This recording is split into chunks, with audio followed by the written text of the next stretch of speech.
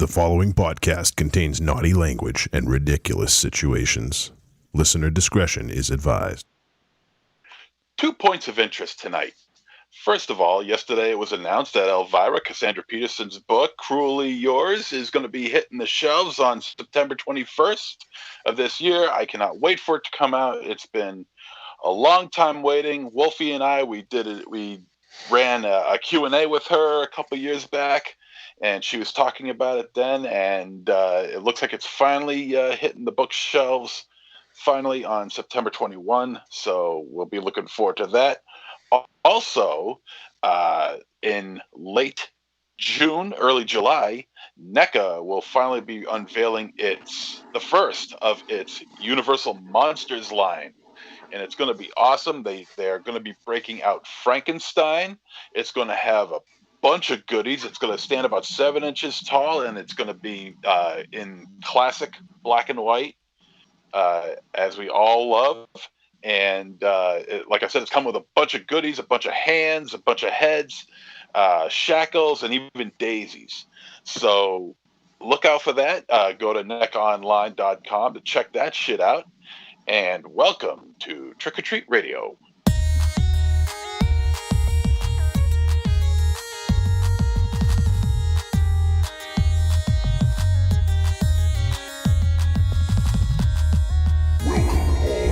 Zombies. You're listening to Trick or Treat Radio, starring the Deadites.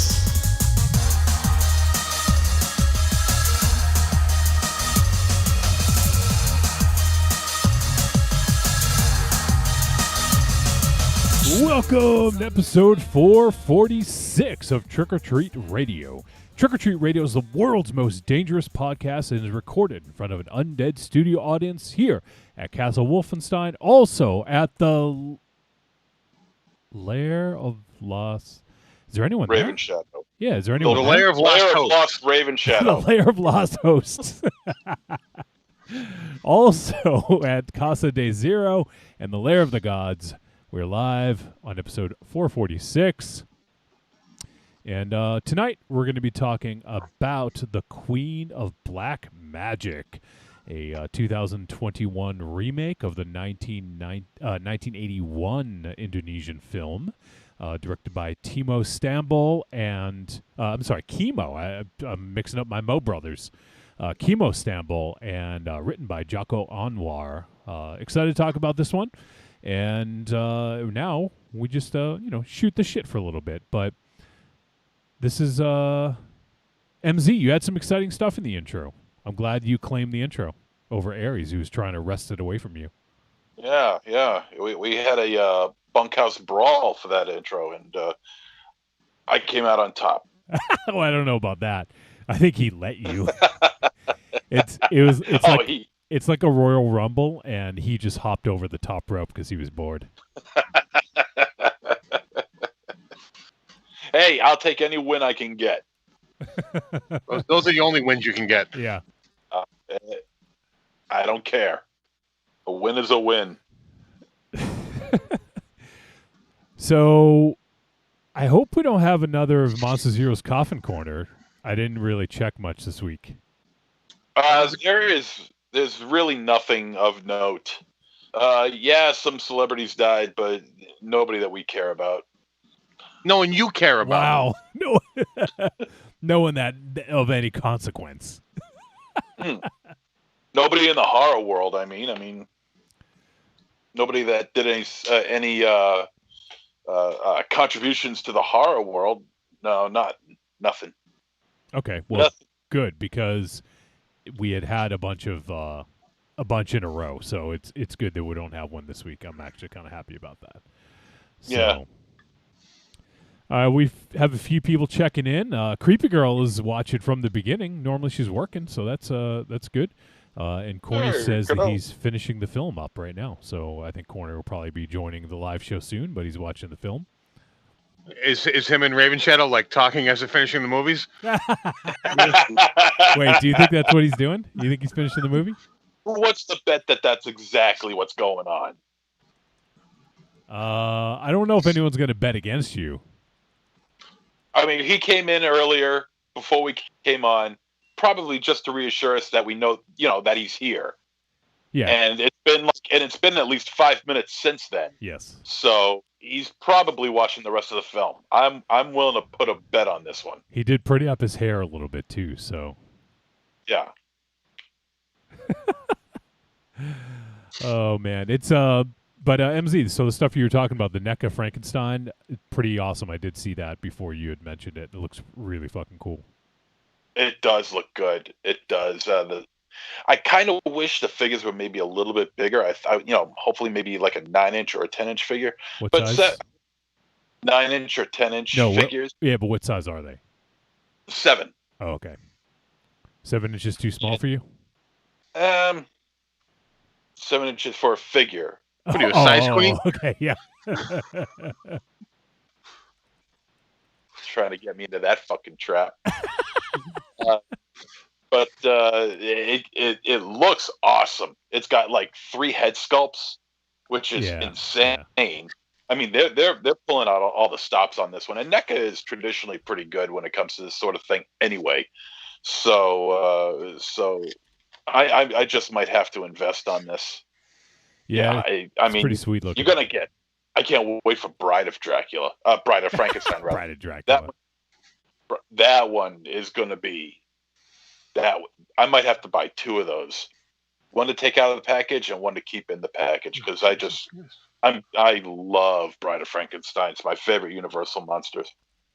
So, is the initial one? Are they just releasing Frank, and then they're going to follow others, or is there more coming out with this line? That's what it looks like. Okay. That's what it looks like. They're just gonna, one after the other. Oh, okay. As of right, I don't know what's next coming up. Probably Dracula. They usually like to follow them up with the popular ones first, and then kind of bring it down. So it'll probably be like Frankenstein, Dracula, Bride, then maybe Mummy, Wolfman, yeah. Mummy, and Creature from the Black Lagoon.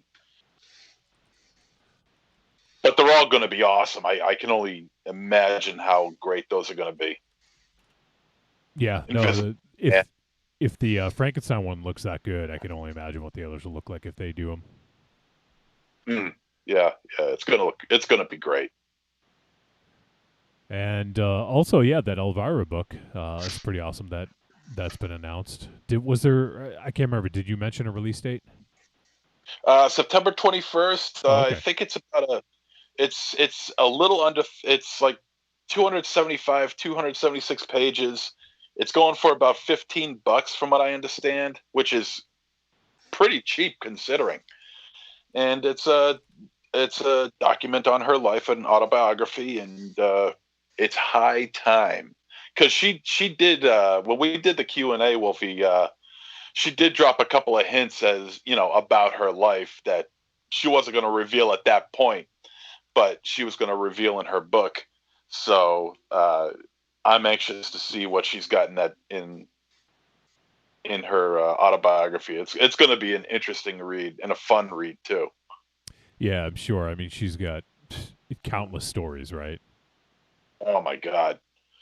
The fact that it's only 276 pages or something like that. Man, I hope the type is kind of small to fit all those stories in a book. Yeah. With that many pages in it, because if it was in standard text, you would be looking at probably a 350-page book. Yeah. We'll see. We'll see how it turns out. I can't wait. So it's called Yours Cruelly, Elvira, Memoirs of the Mistress of the Dark. Yeah. Awesome. Yeah, I do recall that panel that we hosted with her talking about it. So, yep, coming out September 21st, 2021. So later this year from Hatchet Books and ElviraBook.com. So if anyone's interested in that. Yeah, you can put it in your pre-orders now. Yep. I should be doing that. What am I doing talking to you bozos? I don't know. We'd probably prefer if you were doing that instead. I think I will. I'll talk to you later. See ya. The other thing I wanted to bring up early on here before I forget is for those listening live, or if you're listening Friday, we will be doing our next Monsterpiece Theater Movie Club on Friday, February 12th at 8 p.m. Eastern Standard Time, and the film has been decided. We're going to be doing Primal Rage from 2018. There is a couple films called Primal Rage. Make sure it's the Bigfoot movie from 2018. And I know that Creepy Girl has been dying for us to watch this one. And so she had submitted the nomination for that film, and that's the one that got the votes. So we'll be doing Primal Rage. And it is available on Amazon Prime and also on Tubi. So you can check it out. And if you are part of our Patreon and you're in the tier that has the Monsterpiece Theater Movie Club or above, then please join us Friday at 8 p.m. Eastern Standard Time on Friday the 12th as we discuss Primal Rage. And everyone just pops into the Discord. We have the specific channel for Monsterpiece Theater and the voice channel. Everyone just pops in there, and we're going to talk for about an hour, hour and a half, just like we would a movie on the show. But everyone else is invited to join in. So if you guys are not already part of the Patreon, you can get in right now and join us. So go check it out, patreon.com/trickortreatradio. We'll talk a little bit more about the Patreon later, but just wanted to hit that on the top of the show. And if for some reason you guys hear this after the fact and you missed out, we're going to be doing Monsterpiece Theater every 2 months or so. So you can join the next one, and we also record the conversation, and we put it up and make it available to our Patreon supporters. So if you missed it, you want to hear the discussion, we make it available for just for Patreon supporters. So you can go ahead and give that a look. Creepy Girl says, MZ better watch this movie. Well, you have to now. Right, MZ? What? Creepy Girl says that you better watch the movie, Primal Rage. As a matter of fact, I just finished it about 40 minutes before we got on. All right. Well, there you go. He's already watched it. So Yep. Rave Chow's going to be finishing the movie for tomorrow at 8:15. You know what? I think 9 o'clock is a better start time for tomorrow. Can we It's too late. Did you watch the movie? We just finished the movie, Rave Shadow? Which movie? Yes, that means he did. A lot of I fucking finished it. Yeah. He probably watched the fucking original from 1981. Wait, there's a second one? Uh, It's a remake. All right. Did you watch the remake or the fucking original? I don't know what I watched, but which one was Indonesian? Both of them. they're both Indonesian. That's fucking confusing. Why? How is it confusing? Because at least when you get the Ringu, you knew, all right, that was the fucking Japanese one. And then, Japanese. the ring. Yeah, but yeah, the other one, or the Sarah Michelle Gellar Grudge, versus the, Asian influence. All right. You come up with that idea, but then how do you know? Let's say we're going to review Friday the 13th. Which Friday the 13th are you going to watch? Yeah, The which good one? one. The good one. I'll wait. The one Or where worse yet, we're going to review Halloween. Now, which Halloween are we going to review? Halloween 3. I want to discuss. Because there's 3 of them. There's 3 movies called Halloween. I'm going to watch Halloween 3. That's your best bet, buddy. I know. I know that's the one I'm going to. Fuck all the others. So, Raven Shadow, now the Raven Shadow's here. I wanted to hold off on this. Did you hear what happened to Cara Dune, Raven Shadow? Oh my God. Listen, I was doing some things last night, some contractual obligations. And I'm like, I'm just going to look up. Contractual obligations? Yeah, some contractual obligations. What does that mean? I mean, but I look at my phone. I'm like, let me just see what's Facebook's happening. Holy shit. The commotion on some groups, the commotion. But yeah, Cara Dune, is that her name? Yeah. I don't know anyone's names that's not Michael Bean or fucking, I don't know anyone's or name. Mr. Bean. Mr. Bean, Michael Bean, Apollo,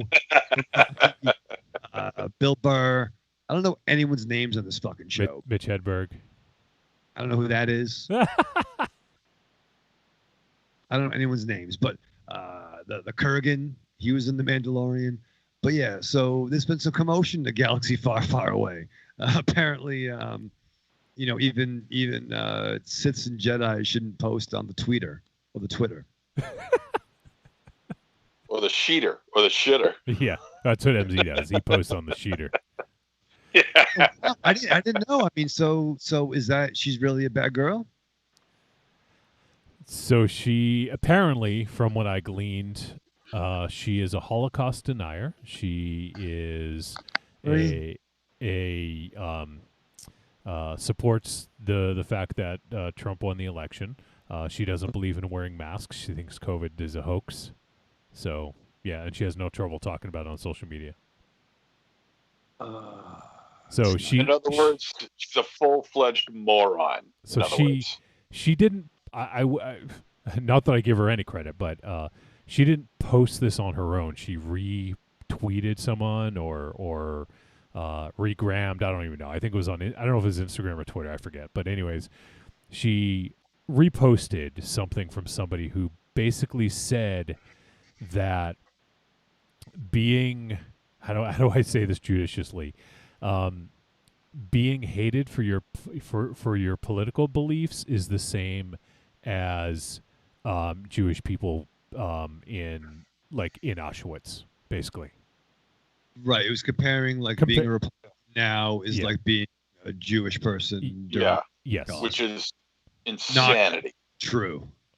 First of all, you can choose your political beliefs. You can't choose your ethnic background. Yeah. And then there was I did see the photo she posted of the woman running in the streets, and that's just fucking bad. That's fucking, you don't do that. Yeah. So I mean, obviously she's fucking batshit crazy. And she said she's had some transphobic stuff that's been kind of questionable. Apparently she. And the funny thing is, well, not funny, but the ironic thing is, Pedro Pascal, his sibling, came out as trans, just this past week, and Pedro Pascal had this nice post about supporting his his sibling, and apparently he had explained to Gina Carano about using pronouns in social media on Twitter. And so, because she spoofed it, and some people do he, him, or they, they put their pronouns in their Twitter bio. She did beep, boop, bop, or something like that, just to try to poke fun at it, and because she didn't understand. So apparently Pedro Pascal schooled her, and she kind of apologized for that, but. Still, I mean, she still does stupid ass stuff all the time, and I didn't think she was even that good in the show, to be honest. I mean, I liked her character, but she's not a great actress, and I personally don't really I know this is the whole discussion, right? Separate the art from the artist. We've had that innumerable times, but there comes a point when you're working for a company that has to answer to sponsors, financiers, board of directors, fans, and if they have to continually to defend someone who is representing their company, it gets to be a burden, right? And then you just are we just don't want to deal with this shit anymore. See ya. It doesn't represent our values. See you.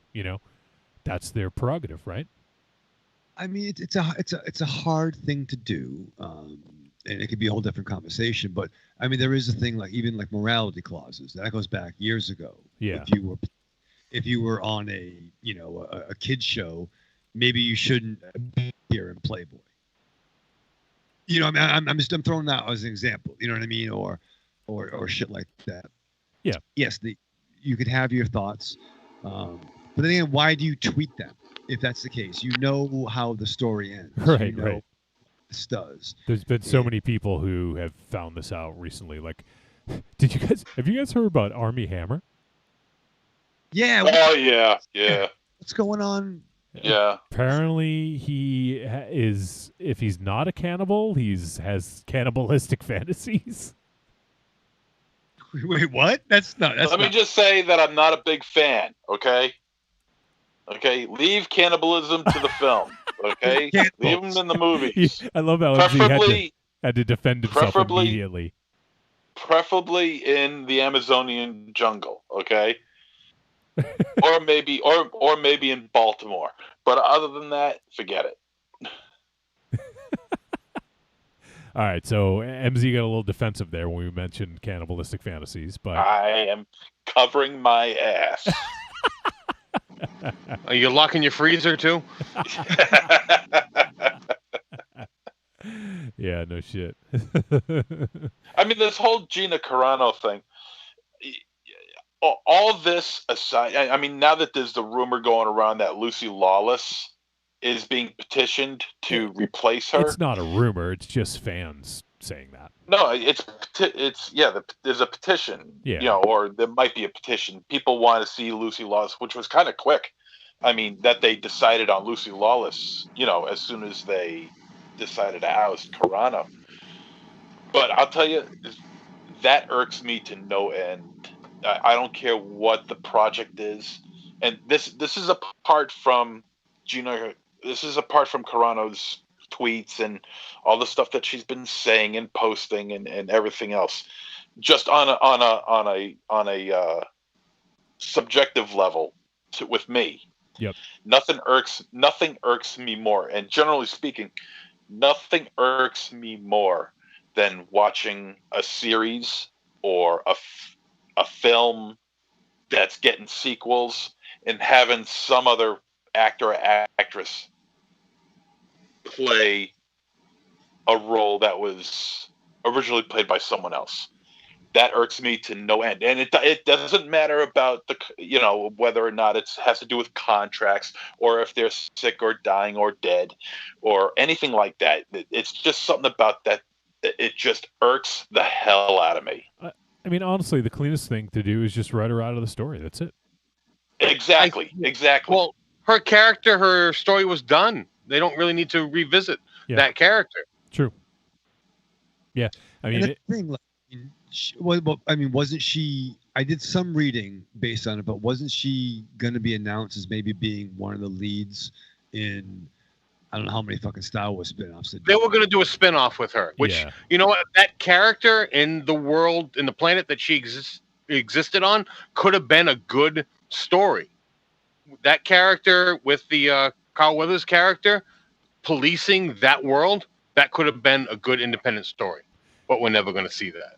Yeah, and rumors are it was going to be Rangers of the New Republic, is that was going to be a show that she was featured in, but I think even before the investors meeting that they had in December where they announced it, I think they backed off of even mentioning her because at that point she'd already said some stupid ass shit. So I think they got cold feet, My knowledge was that they were like, listen, you got to fucking calm down with your shit. We're not going to announce it. And this was the kind of nail in the carbonite. You know what I mean? That nail in the carbonite. I mean, like, here's the thing to MZ. I mean, once again, do you need that character? No. I mean, to Aries' point, like, that character was fine, and I like the character. I don't know the woman as a person, but you don't need that character anymore. What's the joke is that Mandalorian just meets a bunch of best friends all the time. But to MZ's point too, who's probably watching Golden Girls, why he's laughing so much. No. I'm laughing at you because you said I don't know her as a person. It's like, well, I don't know her as a person, but I knew her as a cactus. You meant to say you don't know her personally, correct, Raven? Yeah. Right. Yeah. I know she's a human being. But I don't know. We don't chat on Messenger. We're in different Facebook groups. Let's say that apparently. But to be recast, of course you. Yeah. So there's only Bela Lugosi is the only Dracula, right? You can't recast James Bond. You can't recast so and so. Of course you got to recast. I think characters are bigger than the actor, and it's still would. I would never want this job, nor could have this job. I think T'Challa is an important figure in the Marvel Cinematic Universe. But goddamn, how do you fucking replace, Chadwick Boseman? That's tough. Yeah. How do you place the kid that passed away in the Abrams Star Trek pictures. You probably can't. But there will be another Scotty in some form down the line. So I mean, Check you know, off. I'm sorry, check off. I'm sorry. That's why I say it's all subjective. With me, it's very subjective. Like, say for instance, let's say for instance, I think her name was the Oracle in the Matrix films. You had one actress playing her in the first film, and then you had another actress playing her in the second film because the original actress died. Also, like Willie Mays Hayes in the Major League films, you had Wesley Snipes playing Willie Mays Hayes in the first film, and then you have Omar Epps playing him in the second film. And I mean, I get your point, Raven Shadow, and you're right. I mean, no actor should be bigger than the character, but it's just that little thing that just drives a fucking awl into my brain. I just can't stand it. It just drives me fucking nuts. I hate it. I mean, it can be jarring. I mean, Wesley Snipes is fucking Willie Mays. Hey, say hey. I mean, I love that, and I'm also a huge Omar Epps fan too. Like, I love fucking Deep Cover like a motherfucker. That's my joint with him and LL Cool J. I fucking love that movie all day long. But what are you gonna do? I mean, but yeah, I don't think you need to have this character explored again. I think if Lucy Lawless was in the Star Wars franchise now, have her be a new character. You don't need right, exactly. Yeah. I'd love to see Lucy Lawless in a Star Wars movie. And honestly, like, while that's cool, I mean, Lucy Lawless was, she was like one of the, well, I'm not gonna say first, but like she was the leading actor on like a female warrior show, and that was probably one of the first of its kind, if not the first. I can't, trying to go back, and obviously we had, Wonder Woman in the 70s and stuff like that, but this was sort of like a fantasy character, who wielded a sword and, like was badass. So and nothing against Lucy Lawless. I think she's fucking awesome, and I've loved her in a lot of other things. She was awesome in Parks and Rec. But Ash versus Eve Dead. I haven't seen it. I've seen like first three episodes, and that was it. But dope. But what I mean is, like, nothing against that, but I don't want to just default to the one badass person we think of. There's a lot of other badass women out there. So I think it'd be fair to give others a chance, right? Like, not saying that she shouldn't be considered, but I don't want, we all think about her because she played Xena. She's not the only one, that's kind of what I'm saying, Right. Yeah, I mean, sorry, MZ, but there are potentially other new badass characters. Yeah, so exactly. Well, that was part of the good thing about Gina at the time, is she was a relative unknown. Right. And she was a badass female character. Yep. She played that very well. She wasn't a good actress, but the role wasn't that in depth that it needed to be a Shakespearean role. Right. She had the presence, and she looked the part, and she correct, and she played it as well as could be. Is she a great actress? Not really, but I mean, she did what she needed to do, I guess is what I'm trying to say. Yes. Yeah. So you know what you do? You bring in who, from my understanding, because like I said, I've never seen an episode of The Mandalorian. Really, no interest. But you had to throw that. But you're going to speak profoundly on it. But you had to throw that. I am. I've seen it, but it's like I think what they should do is do what they did this season. If they want somebody who could possibly look the part and be physically empowering, is somebody from the wrestling world, like they did with Sasha Banks. Mm-hmm. Yeah, and it looks like she may have a role moving forward. I'm not positive, but I mean, throughout the series or the season, she had a slightly elevated role as it went on. So, and she did a good job. Like, she definitely isn't the best actress either, but they played to her strengths and it worked well, I think. Now, forgive me for not knowing who exactly we're talking about. She was Boba Fett's sidekick, correct? Nope. No. She was. I think of a different she was person. Bo-Katan's sidekick.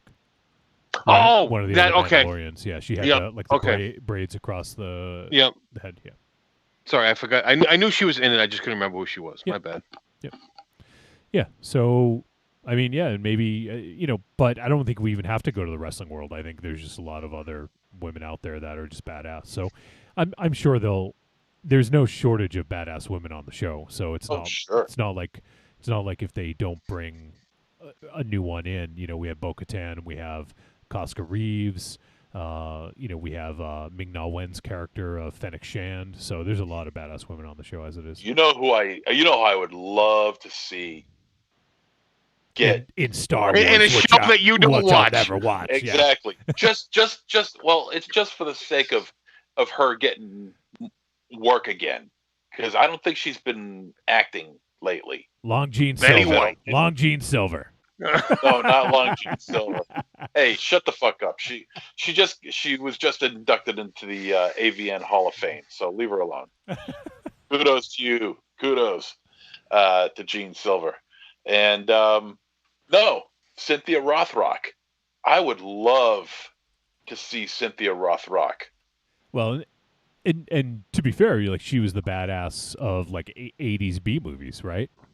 She's still 80s and 90s. Still fight. Yeah, and she could still fight. Yeah, for sure. And Dragon Wilson and Billy She might Blank. be a little older, but that doesn't mean she can't fight.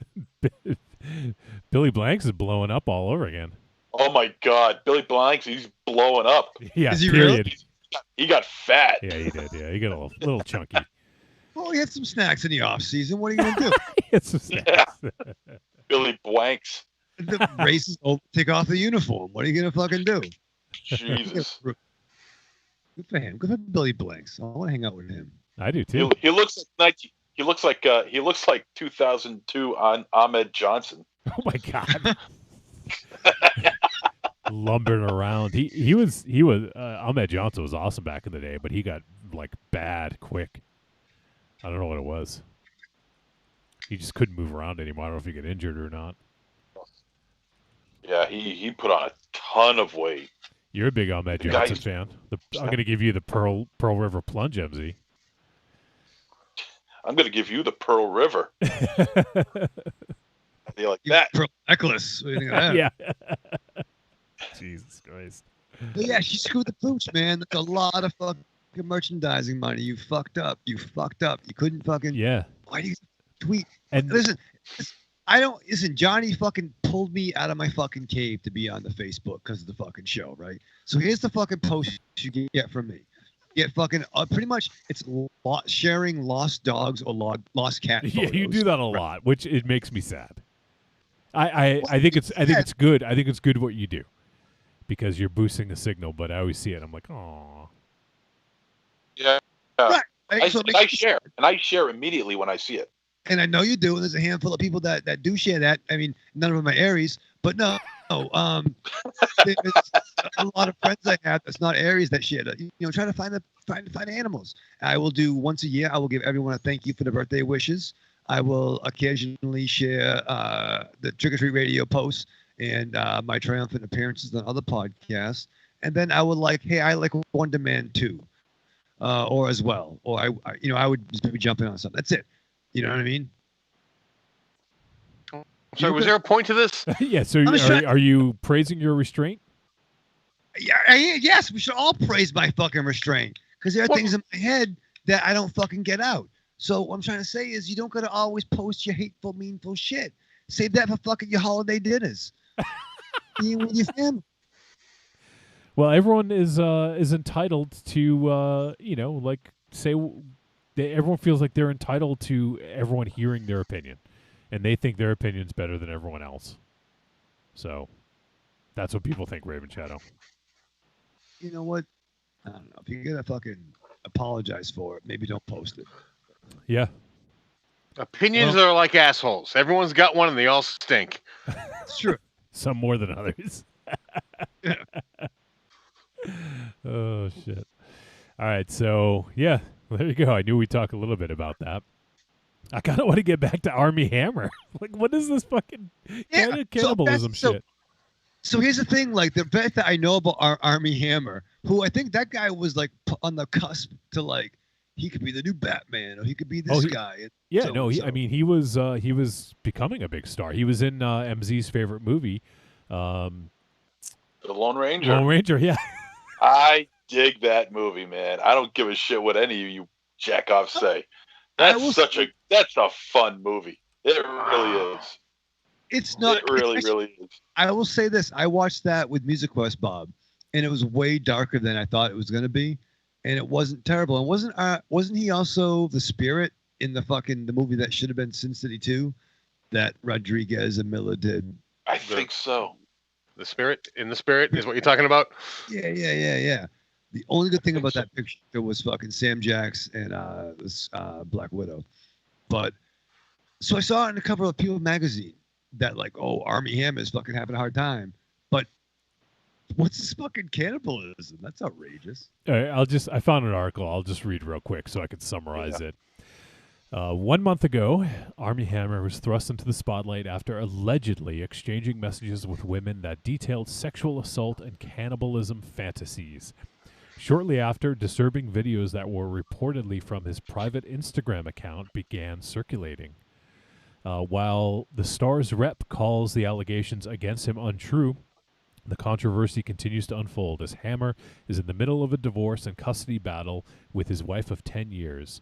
Let's see, I'm reading from Variety, but it says senior correspondent Elizabeth Wagmeister helps break down the actor's free fall and the claims that have been made against him.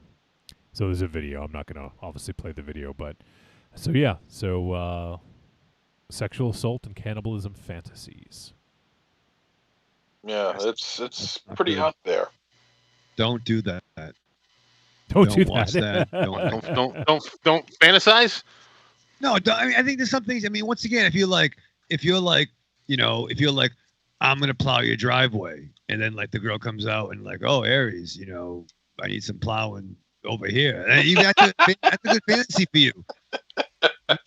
Wow, that sounds so hot. Right? Yeah. I'm gonna write some Aries. What do you call that? Erotica. That? Yeah, Aries erotica. Actually, Monsters Zero and I are gonna do that. We're gonna do a podcast of Aries erotica. Oh boy. Erotica. He'd be like, Aries wouldn't do that. I'm like, yeah, he fucking would. Let's do some. No, Aries is thinking about it. But yeah, don't click on cannibal videos or assault videos. That's not good. Don't be a dick. Don't be a dick. That's what it sums up to. Just don't be a dick, right? I think the thing is most people don't know what being a dick actually means, so they think. That's the key to making it in Hollywood is don't be a dick. Yeah, I mean, I think it involves cannibalism and assault fantasies. I mean, like once again, if you're you're being some weird fucking shit. As long as everyone's fucking consensual, right? As long as everyone knows it's happening and cool with it, then yeah. Right. So he can eat someone as long as they give him permission to. Yeah, MZ, that's your avenue because I know you're a big fan of the movie Cannibal. Yeah, Armin Meiwes, back in the early 2000s, he sent out what were they called? Message boards. Craigslist or something like that, right? Those old fangled message boards. Well, this was in Germany. I don't know if they have Craigslist in Germany. Shit. Yeah. In 2001. I don't know. But anyway, he was demanding to find someone to eat. This was on the internet. On a message board, he demanded to find it was his greatest desire to devour another living person, and was asking the people of Germany, the good people of Germany, who would like to be devoured. And after consulting with a few people, he finally found somebody, and he said he was willing to be eaten. And after some after some heavy drugs and drinking and heavy petting, uh, he decided to kill his victim, string them up like a deer, gut them, fry them up, and eat them. And there's video of this, but don't bother looking for it on the internet. Not that I've been trying and I've failed. You won't find it. You just will not. You got to go on the dark web, man. You won't even find it on the dark web. That's how tucked away this thing is. Believe me, I know. I've looked. No, I haven't. I wouldn't even think of. Have you been on the dark web? Never. Then how do you know what's there? Yeah, true. Because I watch videos of people saying, the top. I watch videos on YouTube, like, say, for instance, like the top 5 or top 10 videos you will not find on the internet, or top 5, top 10 of this, that, or the other thing. But that was one of them, and you won't find it. Like the death of Owen Hart. You're not going to find it anywhere, nowhere. Okay, so it's on that level. You won't find the video of it. Yeah, there's a couple of screenshots. There's a couple of screenshots available, but no video. You won't find anything. So Armin, I don't know if I would look at that anyway. I've gotten soft in my older age. That's what your girlfriend said. But There's a little blue pill for that. Is it www.darkweb.com? Like, how do you get? Yes, How the hell do I know? Yeah, the How key the hell is do I- only 2 W's, not 3. www.darkweb.com. Oh, okay. I don't know. I don't know how you would go on the. I don't want to know. You got to shut the lights off and type in the dark. Yeah, complete Honey, I'm on the web. complete blackness, no light at all. Not even from the monitor. You have to turn the monitor off and go blind. I mean, I've heard of some of the videos that you'll never find, and that's one of them. The Owen Hart death is another one. There's a few others that I've heard of. I won't even get into those. Okay, so chances are it's out there. It's just Yeah. MZ just really No, doesn't want to admit it. it's not out there. Says- It's not out there. It says MZ. MZ, You're out there. if it exists, it's out there. Yeah. That's just how it boils down. Believe me, I look into but hold on. Believe me, Oh, I God, look into Jesus. this stuff. Hold on. I look Yeah, into no. this Go ahead. He has I a look he has a at Google more than alert all setup for it. If you combine, you shut the hell up. I look into this stuff more than the 3 of you combined. Okay. Yeah. Yes, you do. You just and what- incriminated yourself. No, I don't look into it by going on the dark web, you dickhead. I don't do that. I never did. I never Because will. you know how you don't even know how to get onto the dark web. So I believe you. I have no idea how to. I mean, I would have. Yeah, you know what? You know how I feel like that's how you go on the dark web is by Raven Shadow's stupid answer. It's the most, to me, it's the most logical reason. It's the most logical way to get on. But I don't know, and I'm not going to know, and I don't want to try to find out either. I'm not interested. Now, you don't think it's possible that these videos that you're watching on YouTube, on the regular web, they're trying to dissuade you from finding these weird videos on other sites on the dark web or wherever? I wouldn't be surprised if it coaxes somebody to. Because you know what? I've watched videos on YouTube that they tell me not to watch alone at night, and you know what? I do it, Yeah. and I've lived through it to tell you the tales. Yeah. These are serious videos on the internet. Yeah. Well, you know what? Horror is subjective. You know, what scares one person might not do anything for another. You know, so there's that. Yes, But my video says don't watch it at night. Your video says you won't find it on the internet. Mm-hmm. So mine's lying and yours is telling the truth? What is yours saying again? Don't watch it alone at night. You can watch it at any time you want. Just because they tell you it doesn't. That's an advertising term. They're like trying to, it's like. But there you go. There you go. Right there. Advertising. By simply saying you won't find these videos on the internet, they got you hooked.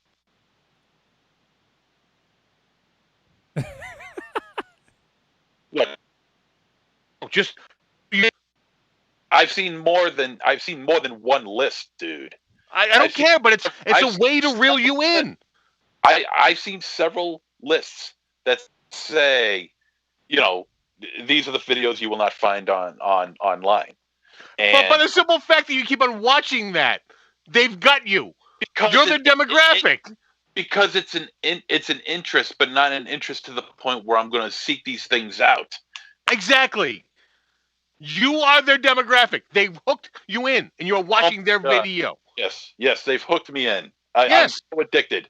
Oh my God, I'm so addicted. Someone get me some help, please. They found the key phrase to sucker you into watching their video, and you believe it. Because it's true. Why is it true? Why isn't it true? Sure. You just said you never looked for these videos. Right. You're believing them by what they say. The stories are true. The stories are true, but you're believing that these videos don't exist on the internet simply because they told you that. If anybody was to try and find them, I'm sure the word would have gotten out by now. On the dark web and on the regular web. Have you looked to see if someone found them? Have you looked to see if someone found them? I don't look for these sort of things. They just kind of come to me. Yes, so you haven't pursued it. You are taking them on their word. Yeah, kind of like I'm taking you at your word. You're not, though. You're arguing with me. If you were taking me at my word, you'd go, yes, you are right. You are all-knowing. You are correct. Go ahead, say don't expect that to ever happen. All right, I had my fight for the night. We can move on. Yeah. Probably have more. Thank God we got that bullshit out of the way. Like when you call like your local like Charter Communications or whatever, the Spectrum cable, like, yeah, I want to cancel HBO, but would you have a dark web package? I want really fast internet and the dark web. That's really all I fast internet and the dark web. So yeah. I just was looking. I looked up to see the Muse. Is that how you say his name? Mewis? Mewis. MEIWES. I think it's. Yeah. No, I know how to spell his name. Wait. It's like MEI. It ain't fucking Jason Mewis. What the fuck is that about? It's Jason Mewis. So, anyways, apparently the video was shown to jurors in court. And apparently several of them needed therapy after the trial. Jesus Christ. Imagine being a juror on that fucking trial. All the time. So apparently there are supposedly screenshots on the internet that some have claimed to be from the video, but none have ever been confirmed since the video has never been released to the public. Supposedly. And also, I just found out how to get onto the dark web. I never knew. You took out that extra W, right? Yes, exactly. www.darkweb.com. It's probably a .net. Definitely not .org. Might be .gov. .gov. Yeah, you're right. All right, so let's move on from that. All right, so I talked a little bit about the Monsterpiece Theater Movie Club that's going to be happening tomorrow night. For those who are not catching this live, it'll be on Friday, February 12th, 2021 at 8 p.m. Eastern Standard Time. We're going to be discussing the film Primal Rage. If you are a patron supporter and you're in the Slayer or Terminator tiers, you have access to the Monsterpiece Theater Movie Club. So make sure you join us on Discord. We'll be hopping in the Monsterpiece Theater voice channel at 8 p.m. to talk about Primal Rage. So looking forward to that. Primal Rage is available on Tubi and also on Amazon Prime. And Tubi's free. So for anyone who wants to play along at home, you want to check out the film, it is available on Tubi. MZ, he espouses the benefits and beauties of Tubi all the time. I do. I highly recommend Tubi. it's getting a lot more popular now. I see commercials for it on TV and Well, shit. because Fox bought it. Fox owns it now. Oh, no shit, really? Yeah. I didn't even Yeah, know they that. bought it Oh last shit. year. Oh, nice. Oh, great. Tubi's a part of Fox. Well, time to get rid of Tubi. Yeah. So Raven Shadow, when you can support Tubi when you wear your Fox hat. Fuck you. And don't fucking Giancarlo fucking Giovanni Robert DeBishi fucking me on that. What? Fuck, I know What? what you're saying. Fuck know. You have a hat that says Fox 25. Fox Channel 25. Yeah, it You says Fox say- on it. Yeah, Yeah, but the new- Fox. Fox it 25. was saying that fucking Married with Children. It had fucking 21 Jump Street. It had Wait, back to defensive bus up, okay? I know. It was one comment. No. You Don't have a hat. Do you not have a hat? Don't put your beard in the back. You know what Johnny's fuck doing. you. You know what Johnny's Beard doing. in the back. Johnny knows what he said, and he said things to get me fucking going. Yeah, I you actually know what? did You it. fucking bit. I was just making a joke. I didn't try to Oh get my it going. god. No, you said the things. You Way hurt to my go, feelings. Wolfie. Well, I was talking about Fox, and I was just saying you could promote Tubi when you wear your hat. No, listen, I don't know what a hat is, but it was Fox 25, the local affiliate. But they're still Okay. owned by Fox. Yeah. Listen, we're all owned by fucking somebody. Who are you owned by? I'm not owned by Fox. Well, everyone's got a boss. He's owned by Benny Hill. Yeah, by Thames. Proudly. Thames. But no, listen, don't say that because you say the wrong fucking thing, and it gets me going a little bit when you say that. You know what? You're the one making a big deal about this right Yeah. now. If you had just kept your mouth shut, we would have moved on and no one would have said anything further. Because John's a big fucking boy, Aries, and he knows what he fucking said, and he said that to fucking get me going. Yeah. And you were the fucking gullible asshole a bit. Well, you You know sound what? like a Fox commentator. You know what? Go fuck yourself. Oh, fucking... John, know what he said. I think they're looking for a new host on the show. They got rid of. They just fired someone. So Yeah. The fucking okay. Local fucking affiliate. Well, everyone's got a boss. Oh, good. And Johnny, what am I rubbing off on you? You're picking fights now? I didn't pick a fight. I made it funny. I tried to. No, I tried to. You tried to make it funny, but with him, it's picking a fight. Yeah, exactly. He lost that. He lost the hat. Yeah. No, listen. You fucking know. You fucking know. You get me going. You hurt my feelings. Oh shit! Back molar hurts because of that. So did like Sean Hannity give you that hat, or I didn't know what that is. I don't know what that is. I don't know what Oh, you're saying. God. Now you're see. Raven Chow, I made a jab, and these dudes are fucking giving uppercuts. I'm trying to get him to shut his mouth. yeah, good luck with that. Oh, shit. All right. Anyways, so it's on Tubi, who is owned by Fox. Whew. All right. So that's yeah. And there's some other cool stuff going on there. It's not sponsored or owned by Fox. Is the Blackout tapes? That is Not yet. It will be. it is completely owned by Michael Ravenshadow. It's true. For better or Fox worse. 25. No. Usually- So then it is owned by Fox. What the fuck is that? Listen, no, you shovel something. That was intentional. That was a body blow. Yeah, now you just hurt my feeling for real. Now you're just fucking saying things to be rude. He hurt your feeling? I thought you had feelings and Aries had feeling. No, I have my filling, my tooth. Oh, my filling. Philly. It hurts my back molar. That's where. Oh, fucking crown gonna get capped, motherfucker. No, I love you, Aries. But no, don't.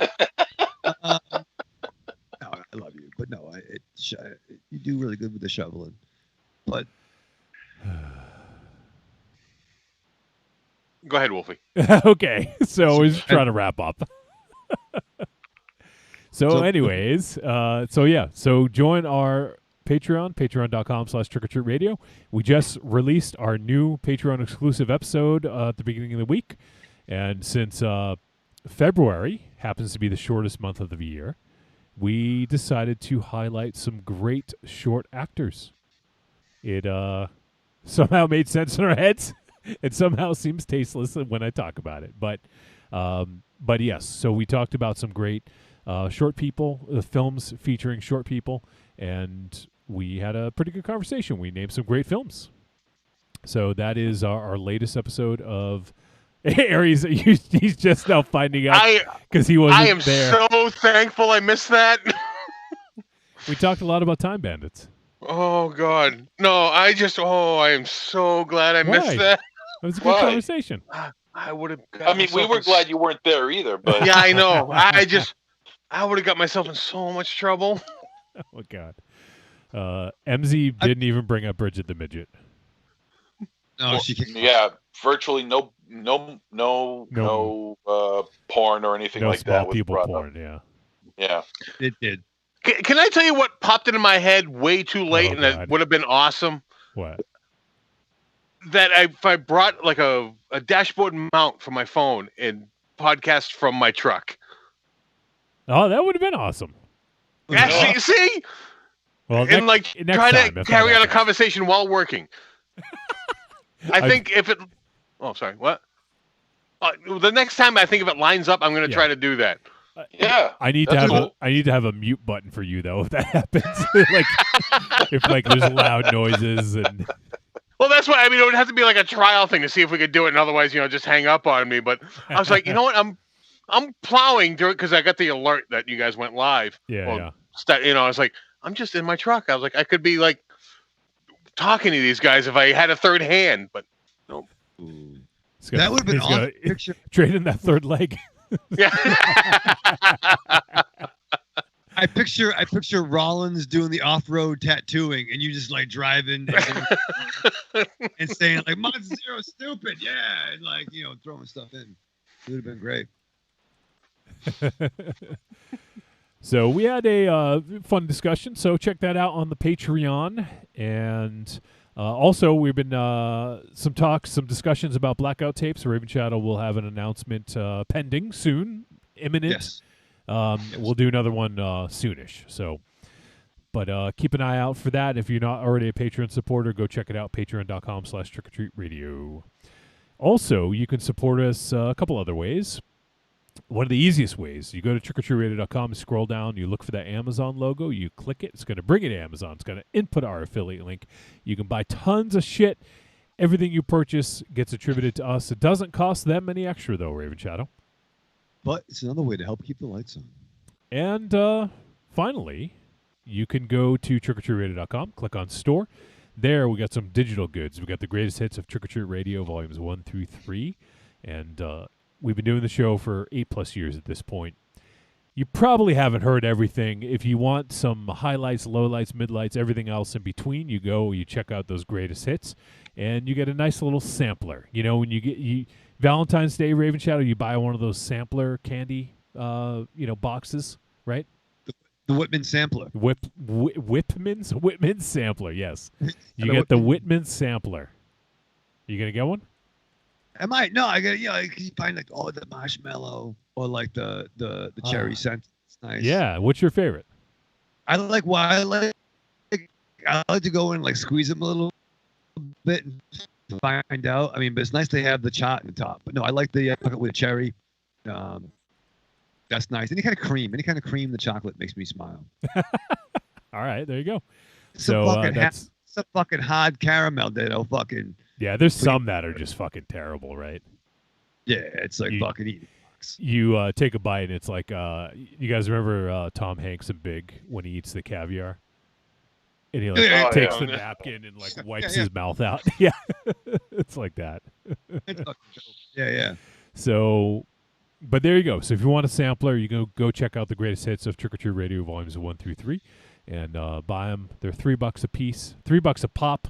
You can get them all for nine bones, and help once again. Another way to support the show. All right, Raven Shadow. So right before the show begins, you watch Queen of Black Magic. What do you do to prepare for this movie? I had a lot of rough fucking week, John. A lot of fucking problems. I know I said that this week had some significant fucking problems. I think we can all agree upon that, right? There's a lot of fucking things in the world, a lot of fucking appointments, a lot of fucking documents, a lot of shit going on. It's been some fucking, I don't even, you know what I mean? Where you going, Aries? Why are you leaving? Where you going? And that concerns me because Aries is leaving. I'm seeing his chair all empty. And by the way, watch fucking the Southern New England Patriots fucking win another fucking Super Bowl. By the way, Bombaleo, Tom Brady. Sorry, creepy girl. He's so fucking handsome, right? He's so perfect. Really? Did you watch a movie or what? Well, no, man. That's what I was doing before the movie. But then No. That was on Sunday. You watched the movie tonight. Yeah. There's a lot of shit between. I can't get into it, but I might get into it. Okay. Not right now. So I mean, I guess after. All right. I fucking shoveled a lot of fucking snow. But before that, you better believe tonight's episode, I watched the movie beforehand. I strapped on. Sorry, Johnny. You go through your week with the same old routine. What you really want is some blood and thunder in your life. Well, friend, you found it. The Cromcast is an adventurous journey through the history of two-fisted pulp stories. With your hosts, John, Josh, and Luke. We have action, horror, and adventure, all through the lens of pulp luminary Robert E. Howard. Don't just stay in your ordinary life. Find your pulp life at thecromcast.blogspot.com. The Cromcast. The Cromcast. The Cromcast. A podcast for the barbarian at heart. I'm Alex West. And I'm Andrea Subasati, and we're from the Faculty of Horror podcast. And you're listening to Trick or Treat Radio. Oh, delicious nerds. Ms. M knows you like to chat it up with other sexy shut-ins about comics, movies, video games, and your favorite TV shows. If that sounds like you, cuddle up to the Trick or Treat Radio Facebook group, or the FIB. That stands for Fan Interaction Board. Just go to Facebook and search for Trick or Treat Radio and have more fun than a Jedi at a lightsaber sale. Not enough? Watch us on YouTube, The Deadites TV, all one word. Last but not least, check out the world's most dangerous talk radio show, Trick or Treat Radio, at trickortreatradio.com.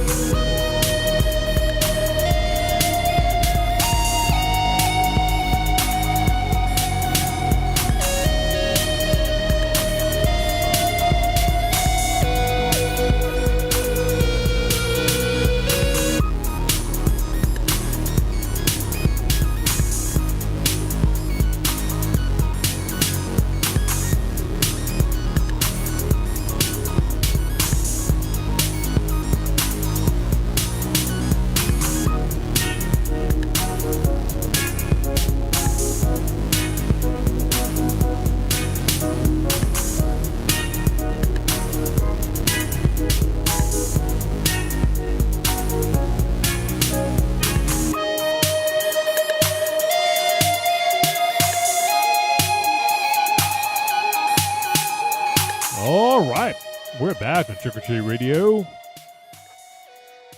It was about 3 and 3, MZ. It's fine. For a while, I was the only one here, so I waited. Having a little extended break ain't gonna kill anybody. No, it's okay. I need a little snack. I was starving. I haven't eaten dinner. So, all right. We're going to talk about a movie, and that movie is The Queen of Black Magic. Should I try the Indonesian title? Yes. Ratu Ilmu Hitam. Klaatu Verata Niktu. Yeah, exactly. Ratu Ilma Hightower. I don't know.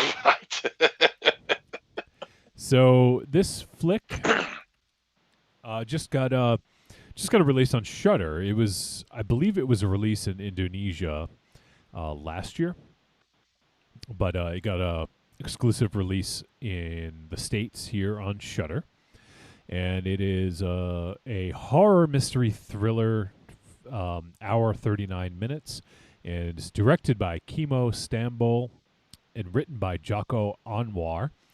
If those names sound familiar, well, I mentioned them earlier, but if they sound familiar on the show, we have done some films from these folks. From Kimo, he is one half of the Mo Brothers, although the Mo Brothers haven't done anything together since 2016. So I don't know if they're, doing their own thing now, if they're ever going to come together and do a film together again. But we know them from doing Killers from 2014, which we discussed on the show. We also did Headshot from 2016, and I thought we did one other from the Mo Brothers. Oh, I think they were. Well, maybe not. I thought they were in a. Yeah, actually, I'm sorry. They were part of the VHS 2 segment Safe Haven, which was directed by Gareth Evans, but also was produced and featured the Mo Brothers on it as well, which is one of the great shorts from the VHS series, and honestly, probably one of the better anthology shorts we've seen in a while. Were you gonna say something, MZ? Yeah. Yeah, you brought up Gareth Evans. Yeah.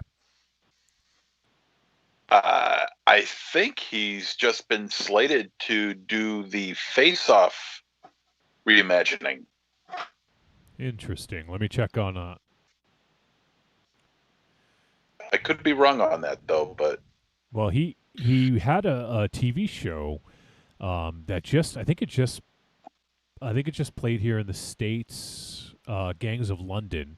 I don't know where. Was it Stars? I don't remember. I think there was one of the companies picked it up here in the States, but it's a Sky original in other countries. But anyways, yeah, he did a series called Gangs of London, which I'm really interested in seeing. I think he directed all the episodes, but yeah, I don't see anything written for that. I see his next thing is called Blister. It's the plot is under wraps, it says. But there is I'll have to look it up. There is a Raid remake, American remake. Oh God, no. Yep.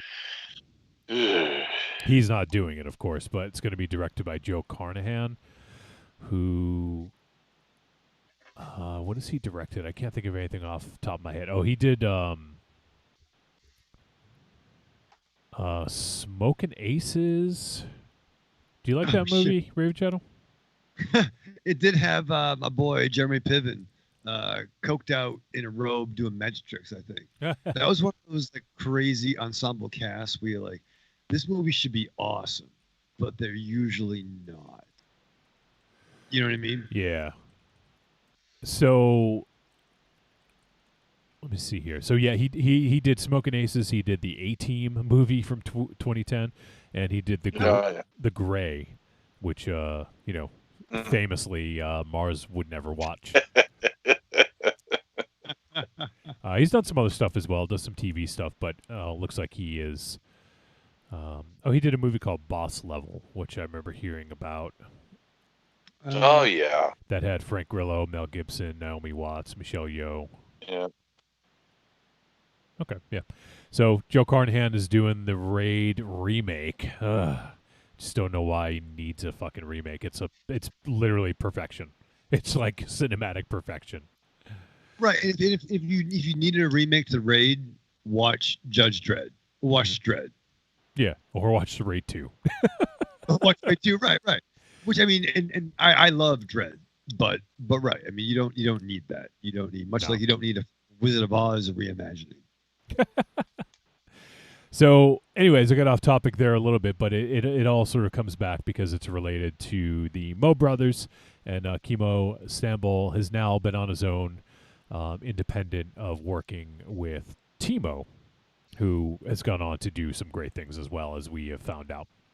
But anyway, so he directed the film, and the film is written by Jocko Anwar, who we have done a few of Jocko's films. Most recently, we did Impetigore, which I know showed up on some best of lists for last year. And he also did Satan's Slaves, which we also did a couple years back. So Jocko is been doing a lot of horror stuff, and I haven't seen it yet, but there's a show called Folklore, which was an HBO Asia original series. I think it's available on HBO Max here in the States, but it was a horror anthology that it says it features the deeply rooted superstitions and myths across 6 Asian countries, including Indonesia, Japan, Korea, Malaysia, Singapore, and Thailand. So it had different directors for each episode, and Jocko Anwar did the Indonesian one. I'm actually curious who did the others. The Japanese one was done by Takumi Saito. Does that name ring a bell to you, MZ? I don't think so. No. He's an actor. He's actually going to be in Shin Ultraman. But that was the video that was the video that I put up on our Fib a couple weeks ago. But for some reason it didn't display a thumbnail, and I'm like, please watch this, and I'm like, I didn't want to give it away, and it was like the trailer for Shin Ultraman, and I'm like, holy shit. Yeah, I actually I didn't even click on the trailer. Not I saw I think I saw you post it, but I just never checked it out. But I'd be curious in seeing that. Yeah. Oh, I can't wait for it. And let me see I want to see who did the Korean one. I thought I knew the director who did that. It was Lee Sang-woo. Oh, no, I guess we've never done anything by him. Okay, anyways, I'm on a tangent here talking about Folklore, but it was HBO Asia original horror anthology that looked cool, and Jocko Anwar did one of the episodes of that. But Jocko has done a lot of Indonesian horror. Looks like he's gotten into some superhero stuff as well, but mostly horror. But so he wrote the script for this remake of the 1981 film Queen of Black Magic. Did had you guys, MZ? I know you read a lot of the Mondo stuff and a lot of the exploitation. Had you ever seen anything about the Queen of Black Magic in any of your readings? Man, if I did, I don't remember it.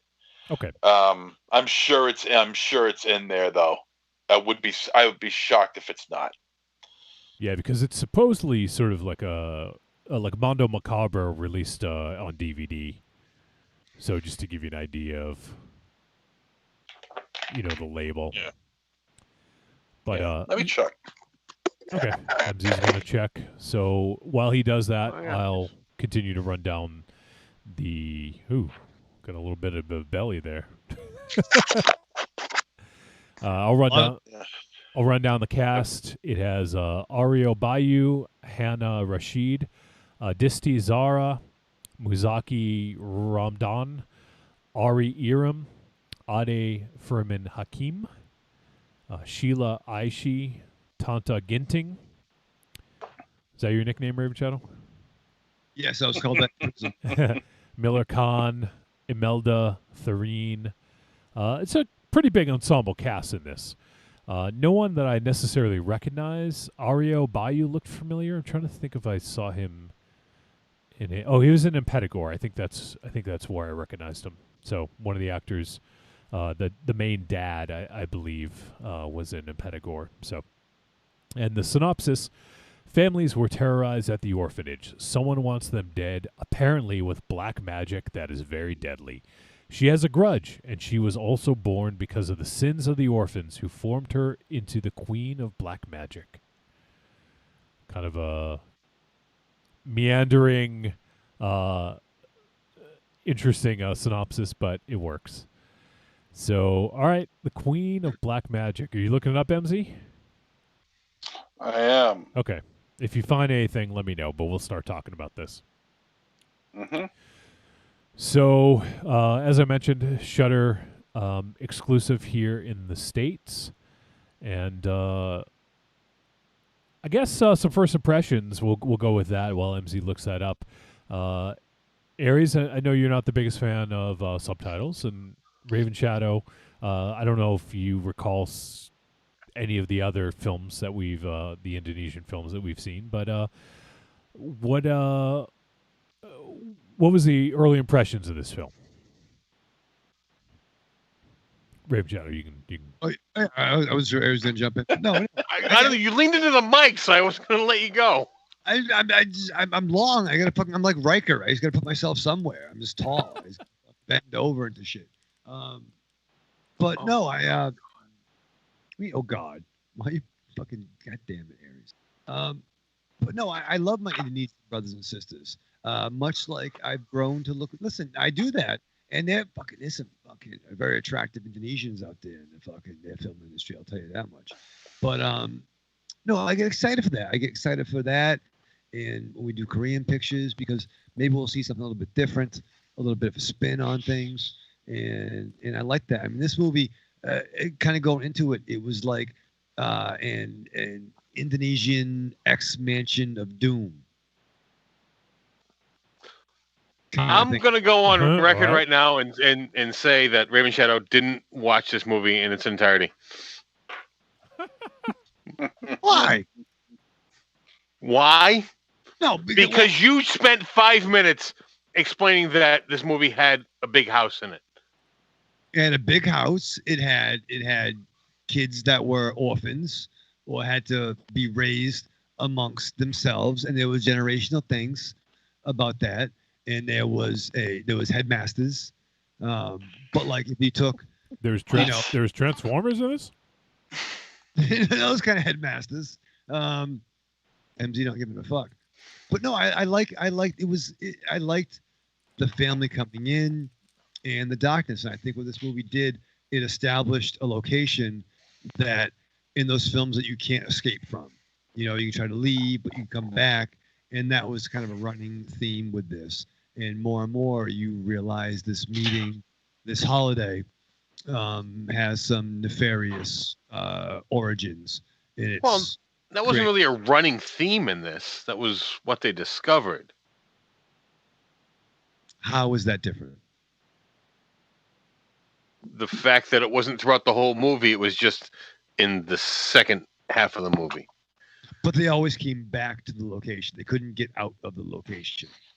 Something always pulled them back in. You know what I mean? Well, they tried to leave once. Yeah, twice. Once. 3 times. 3 times a mayday. Thank you, Johnny. Yeah, we're friends again. They left the house twice, but they didn't try to leave that first time. They made the decision to come back. I was just trying to kill time because I wanted to eat my protein bar, and I wanted MZ to find the fucking movie. You give me the opportunity, I'm going to fight with someone. So I'm happy.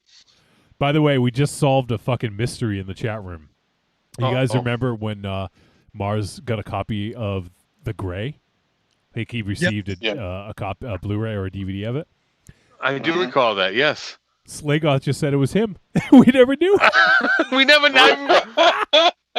Wait, I thought it was Slagoth. Really?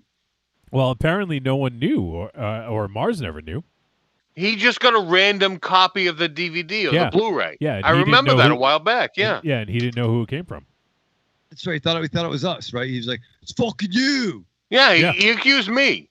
Yeah, that's right. Hey, look at MZ. He looks like he's fucking just like tuning out and reading a fucking book. Is there not a fucking table of contents or anything? No, Jesus there is. Christ. And How long does it take you to read? Check the card catalog. Chapter 1.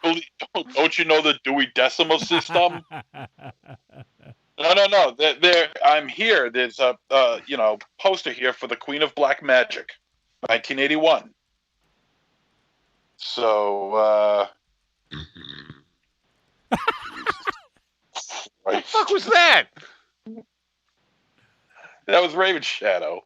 It was my mouth. It was a weird head sound. I don't know where that sound came from. Oh my god. Okay. Google it. Do you have something, MC, or should we continue to fight?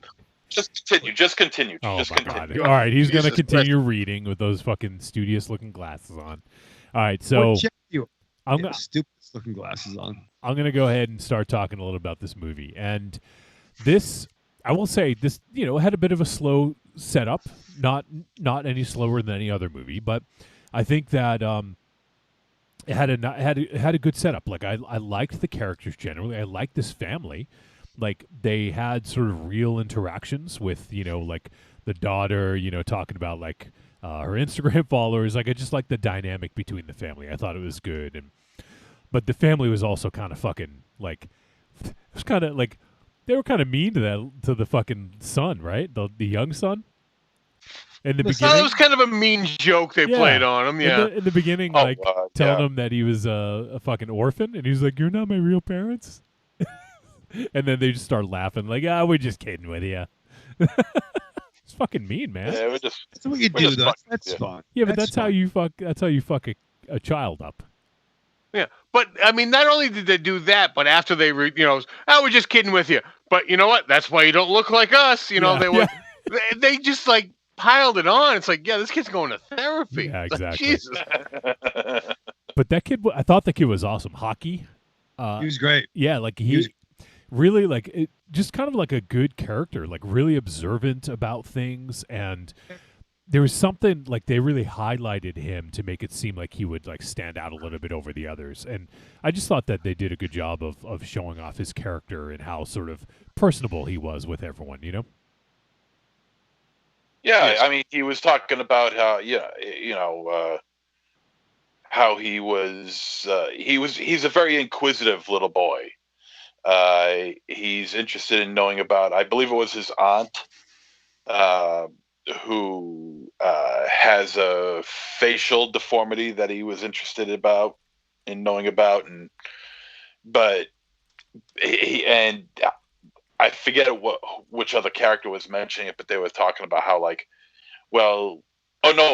think she said it herself, where she always found herself rather unattractive and all this other stuff, and she's You're not ugly, Auntie, you're pretty, and gives her a big kiss and all that other shit.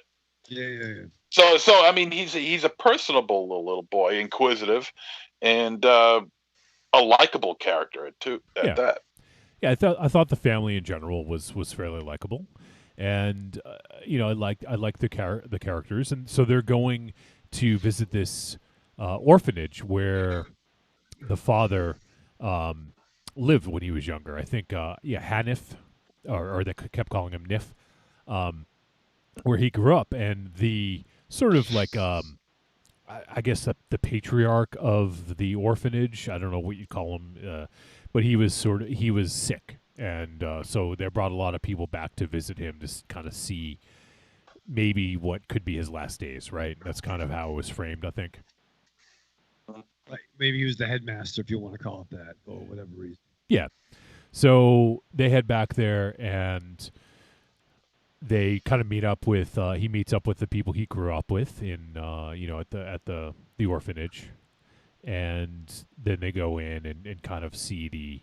Oh, actually, right before that happens, though, he's talking to his wife, and they're looking at each other, and then they hit something on the road.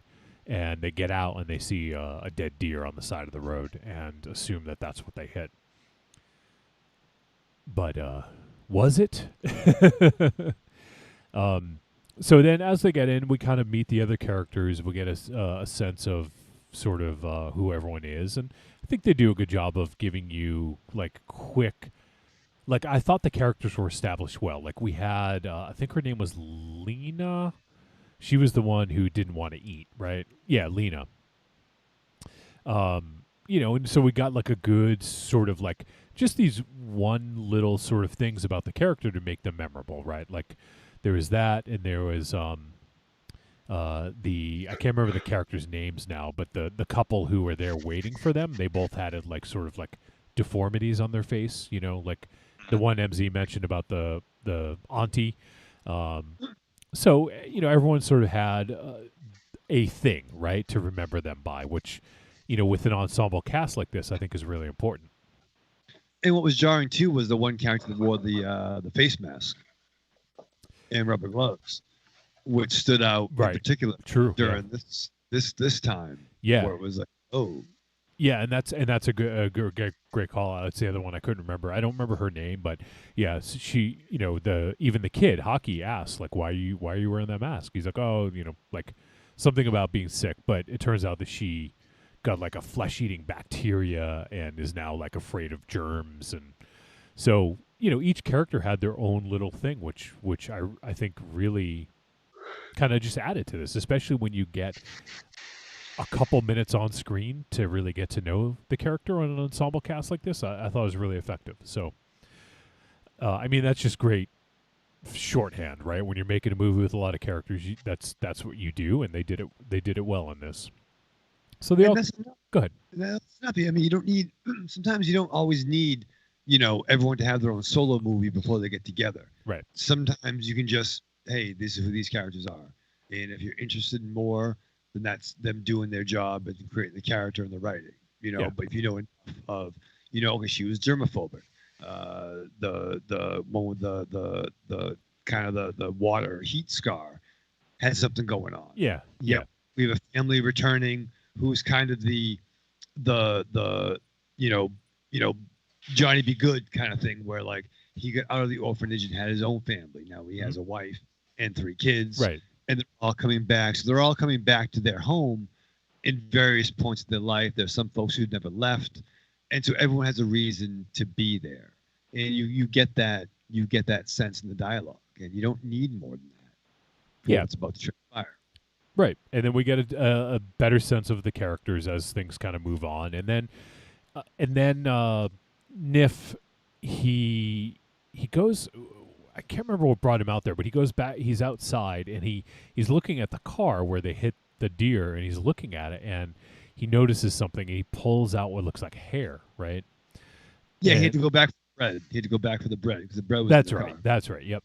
And so he pulls out the hair, and he's like, I think he's a little unsure of what he actually hit. So he decides to go back and look, and he brings his friend with him, right? He brings one of the friends. Yeah. One of the original, so it's kind of like it seems like the men character were all ones who grew up and left the orphanage. They were all a crew back in the day.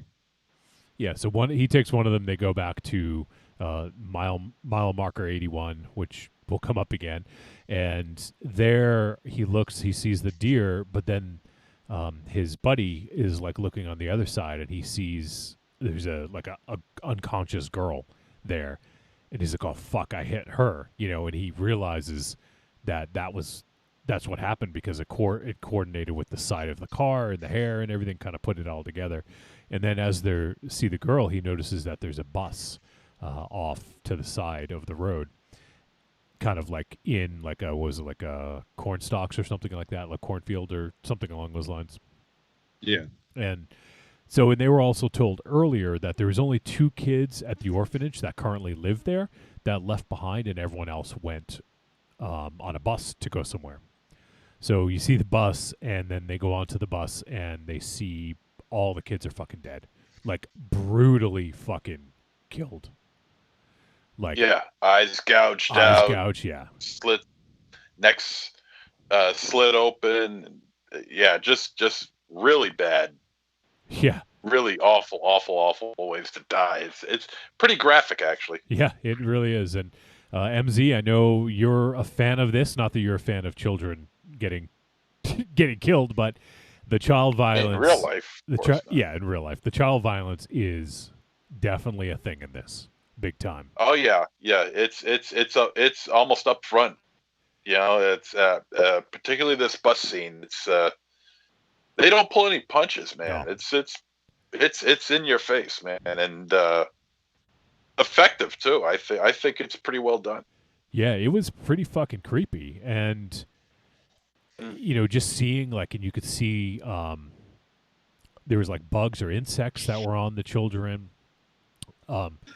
It was pretty brutal, and they were obviously affected by it, but they didn't know what to do. You know, like, we're gonna call the police. They couldn't get a signal, so they went back to the house, and the phone was out, and they couldn't get a signal. So there's nothing they could really do at that time. So didn't he send his buddy to go to the police station, right? And yeah. And so he goes in and tries to play it cool and not really talk about what they had seen, but yeah, his buddy goes back out there. Oh no, his other buddy, their other buddy, not the one who went with him. So it was the buddy who hadn't gone out there at all yet. So he didn't know where he was going. He was having the dinner, and they were like, "Hey, Yeah. Sav." He's like, "Yo, fuck it, I wasn't even fucking there, brother, but I will fucking check it out, and then we're going to the police station." Yep. So he goes to check it out. And there's that scene on the bus when he goes to look at the bus was fucking creepy as hell, because he gets on the bus and all the kids are turned around, facing like away from him. And then he like turns around and then turns back around, and then now they're all facing him. And I thought that was fucking creepy as hell. The way it was shot too, there was just a real sense of isolation here, that there was going to be. It just felt like there was like no escape. Just the pacing of that scene was really kind of hair raising. And when I was watching, I'm like, oh shit, here we go. So I mean, this is where things start picking up steam. Oh yeah, definitely. And then I'm trying to actually remember, did he step on that like egg? Is that what happened to him? Oh yeah. And then there was an egg, and it just like a shit ton of insects just started falling out and just starting to crawl all over him. Yeah, and he's flipping out. Yeah. It was a pretty creepy scene. It was really well done. And so obviously he's dead, and he ends up dying, and so now they don't know where their friend is, and he's missing. But what transpires, I don't want to go through a complete play-by-play here, but what transpires next is the kids sort of are kind of talking with the other kids that live at the orphanage. And I don't remember the girl's name, but the girl who lived at the orphanage, she was really creepy as well. And she was talking to Hockey and kind of scaring the shit out of him, to be fair, telling him about the story of Miss, what was her name? Mira. Murney. Well, Marnie. Murney was the younger girl. Let me look it up. Yeah. Murney was the younger girl. It was Miss. Yeah, I don't know. I don't know why I can't see it on the cast. I'll get it. I'll think of it. Read your book. I think it was check page 48. I think it was a good juxtaposition when we had the Miss Mira. Yep. You had all the different ages there. So you had the original crew that were coming home. You know, the original X-Men coming back home with their respective areas, doing the head back thing, with their spouses and whatnot. But yet you have the kids that are still coming up, even down to the one kid who's like, oh, so you're the oldest boy here. Yeah. And he's like, yeah, I could have adopted, but I didn't want to leave the kids. So it establishes a weird bond, especially when there's the grown-up table and there's the kids table. And the grown-up table is still kind of fucked because you're dealing with the chick who, you know, is like, why aren't you eating?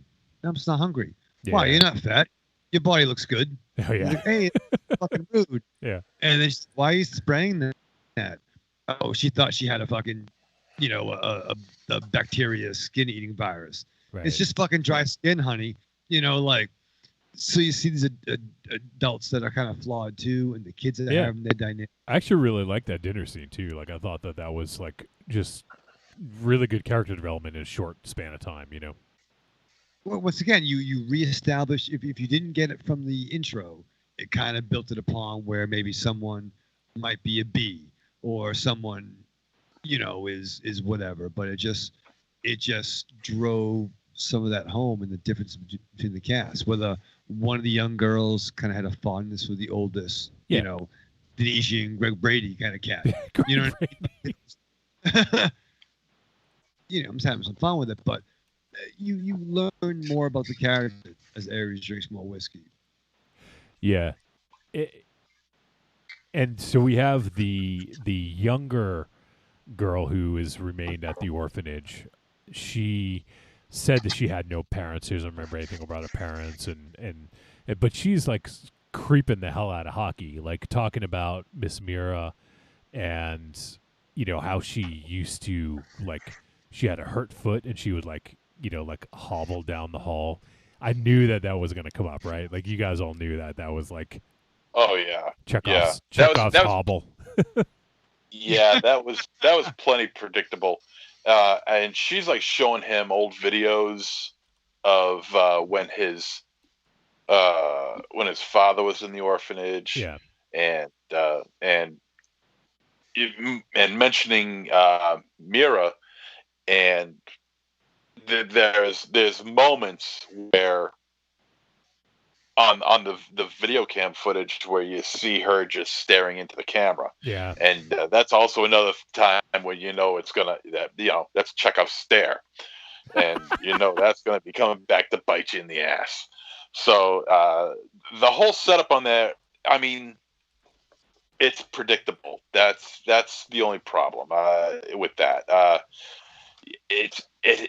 Although it is still, to me, I don't know about you guys, but to me, it's still plenty effective because, you know, the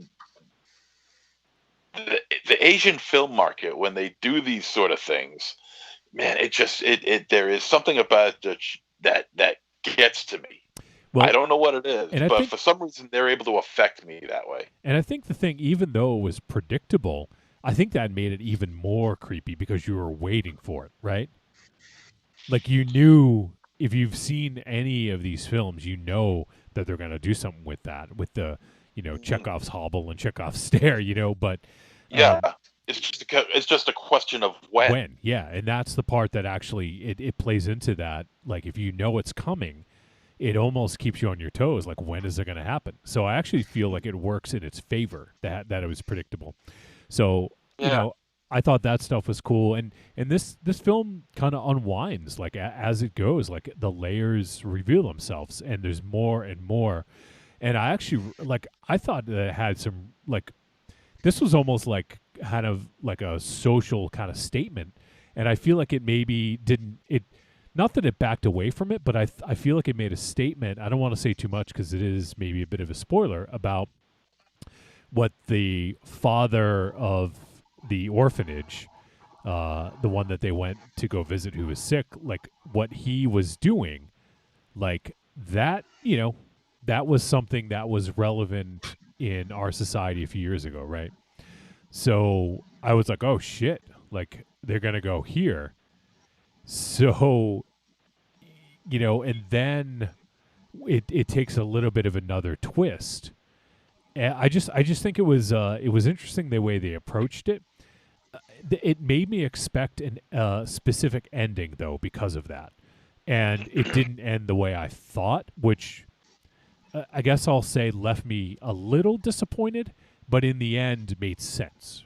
So I don't want. I know we're really kind of dealing with abstract kind of ideas here because we don't want to give too much away, but I think a lot of the themes that they worked with were relevant and good that they had worked them in.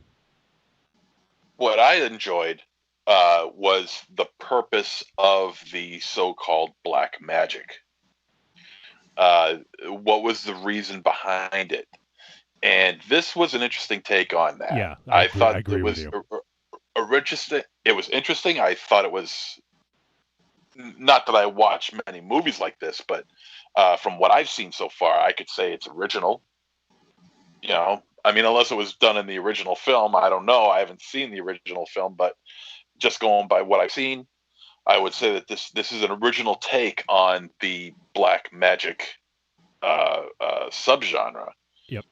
It's really kind of like, well, you've done just about everything else you could possibly do when it comes to witchcraft or black magic, but it was never taken this way, and I can't believe that for so long it never has. And it's like, all right, well, that's an interesting way of taking it, and for my money, I thought it turned out fairly well. I mean, it wasn't.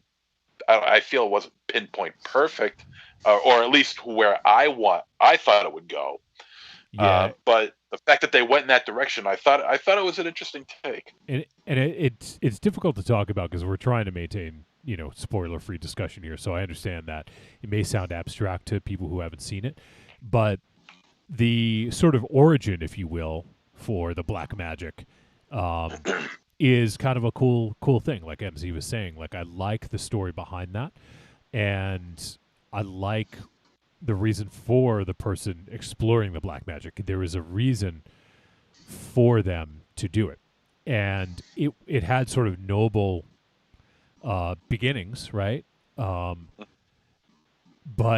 then I guess with the idea that it could corrupt, right? Like that's part of the thing that maybe doing this was to intended for good purposes, but then once you get into it, could corrupt, and that would make more sense for me in terms of kind of the ending, where I thought it was going to go in another direction.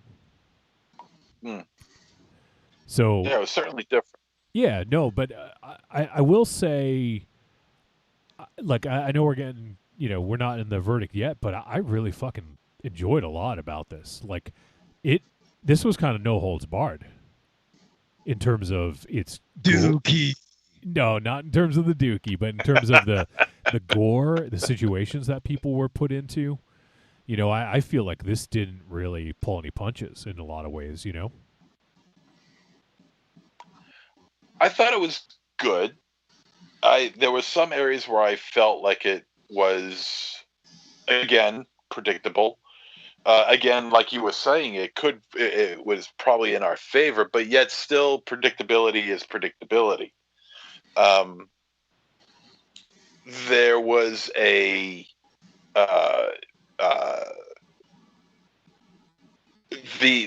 gore scenes in this movie were rather good.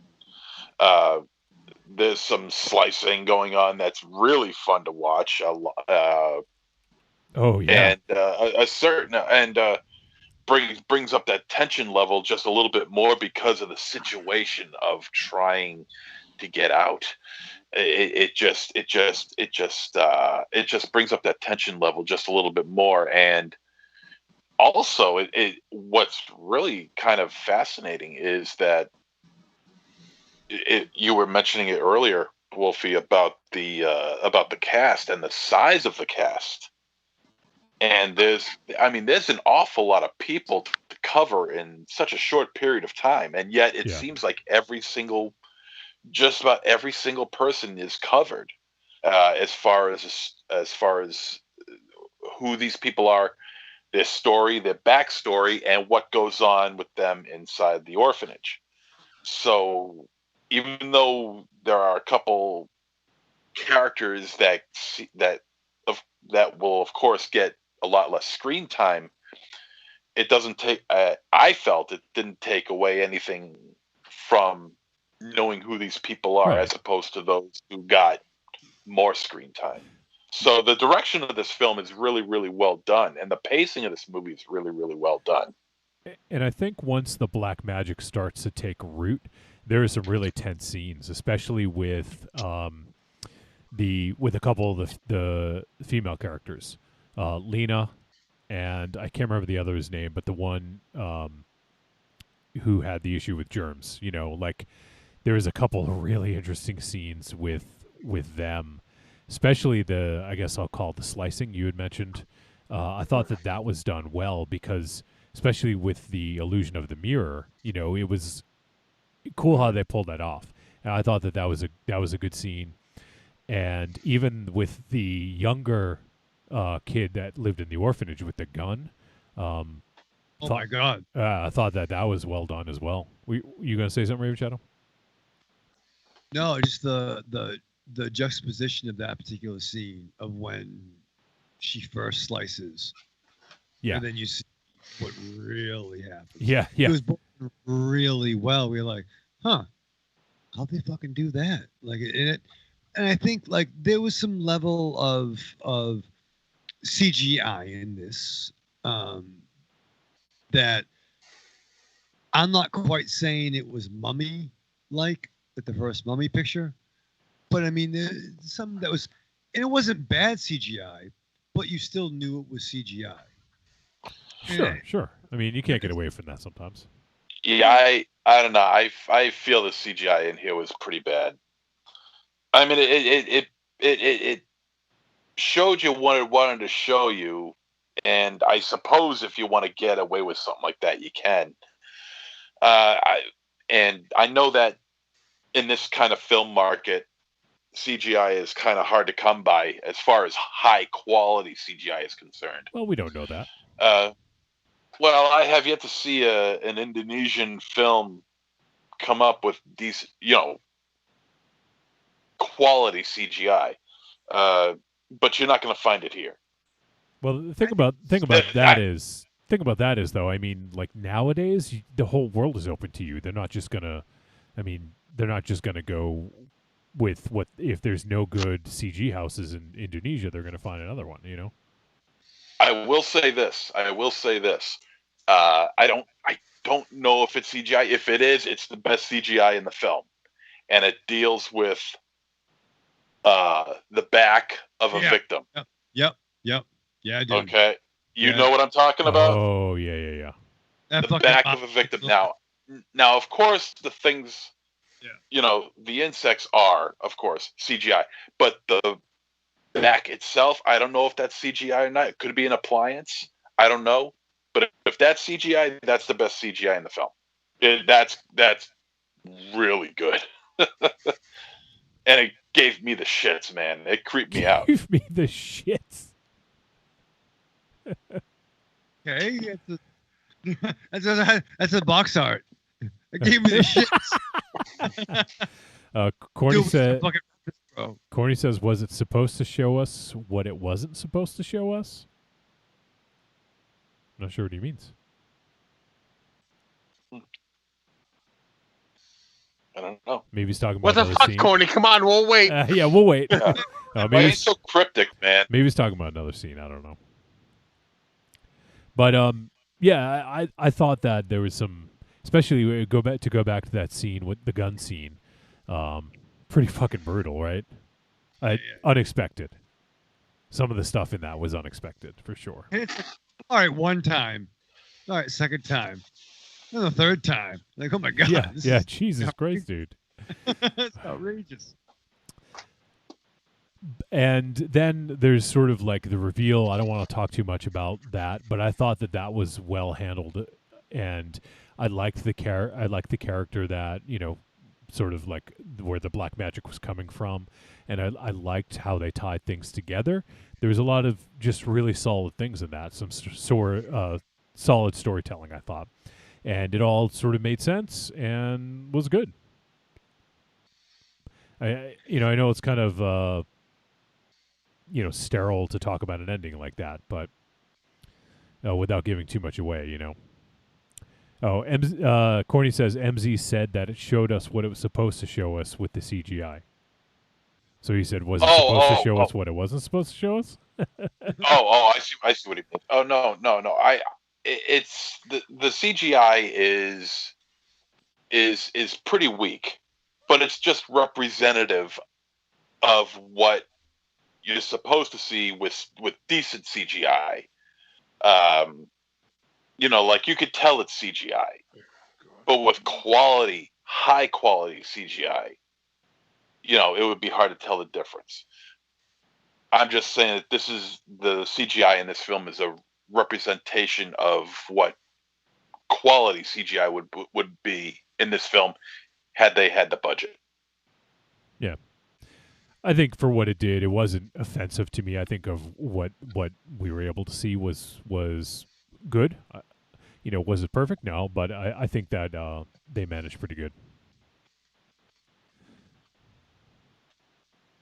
Was there anything else you guys wanted to bring up? I know this is one of those Aries things where I'm not sure if he's gonna fucking love it or hate it. So he's I love to keep people on the edge of their seats. That's so. I don't know if Aries waiting for the verdict. Ravenchild, was there anything else you wanted to add before we wrap things up? No, we can go to the stuff, but I am fucking intrigued like a motherfucker for Aries' response. I feel like MZ and I've been hogging. Just mostly MZ.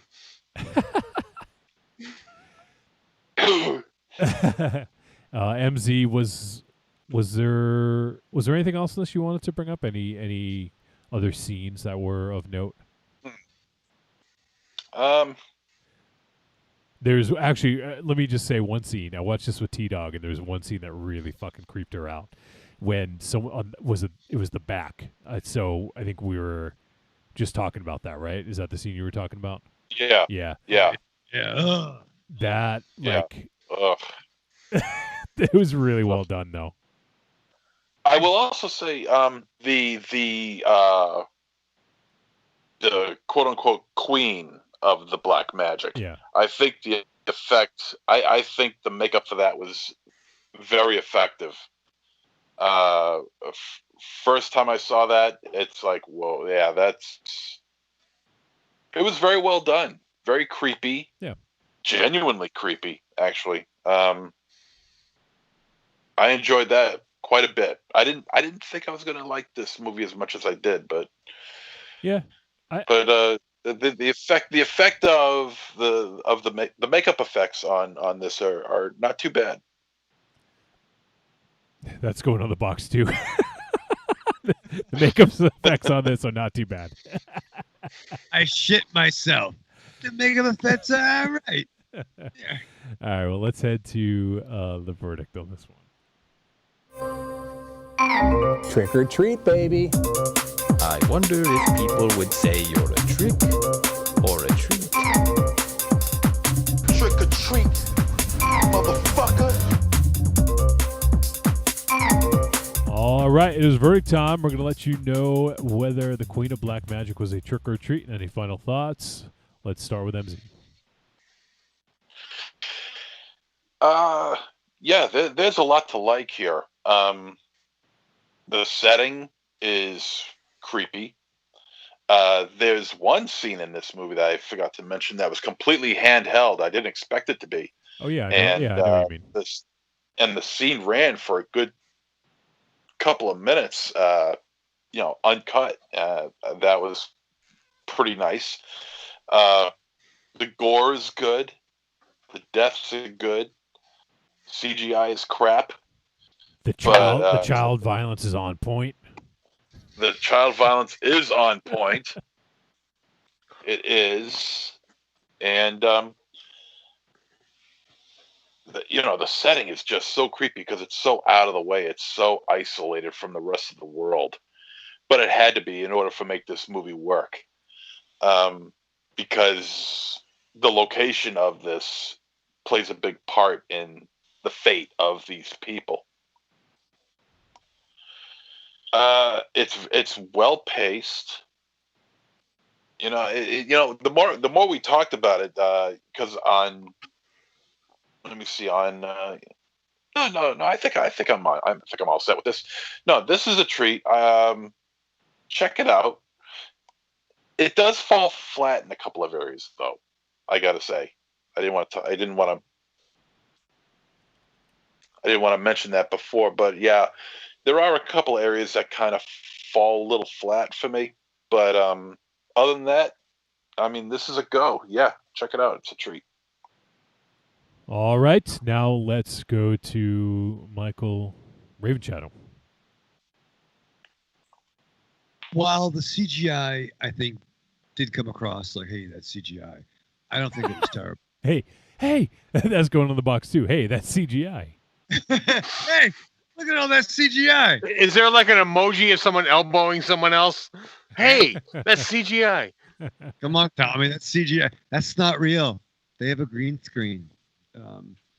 But it didn't take me out of it. Now, could some of those, like the fucking caterpillar scene, could have been a little more fucking gross, the practical effects? Okay, maybe.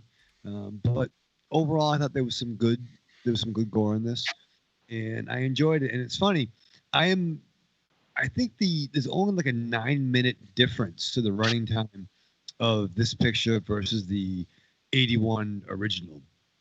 I'm not sure which has the extra 9 minutes. So it seems pretty comparable. And I am kind of intrigued by this. But overall, I think this hit spots, man. It was fine. It's a Shudder original. If you have it, check it out. It's a black magic ghost story running amok with good gore. And overall, some pretty sexy Indonesian people. So we got to go there when this pandemic's over. So I would say this is a treat. All right, Aries, wake up. Wake up. Yeah, here we go. Buckle up. Oh, boy. The VHS was mentioned earlier on, and I thought that was kind of lackluster with its delivery.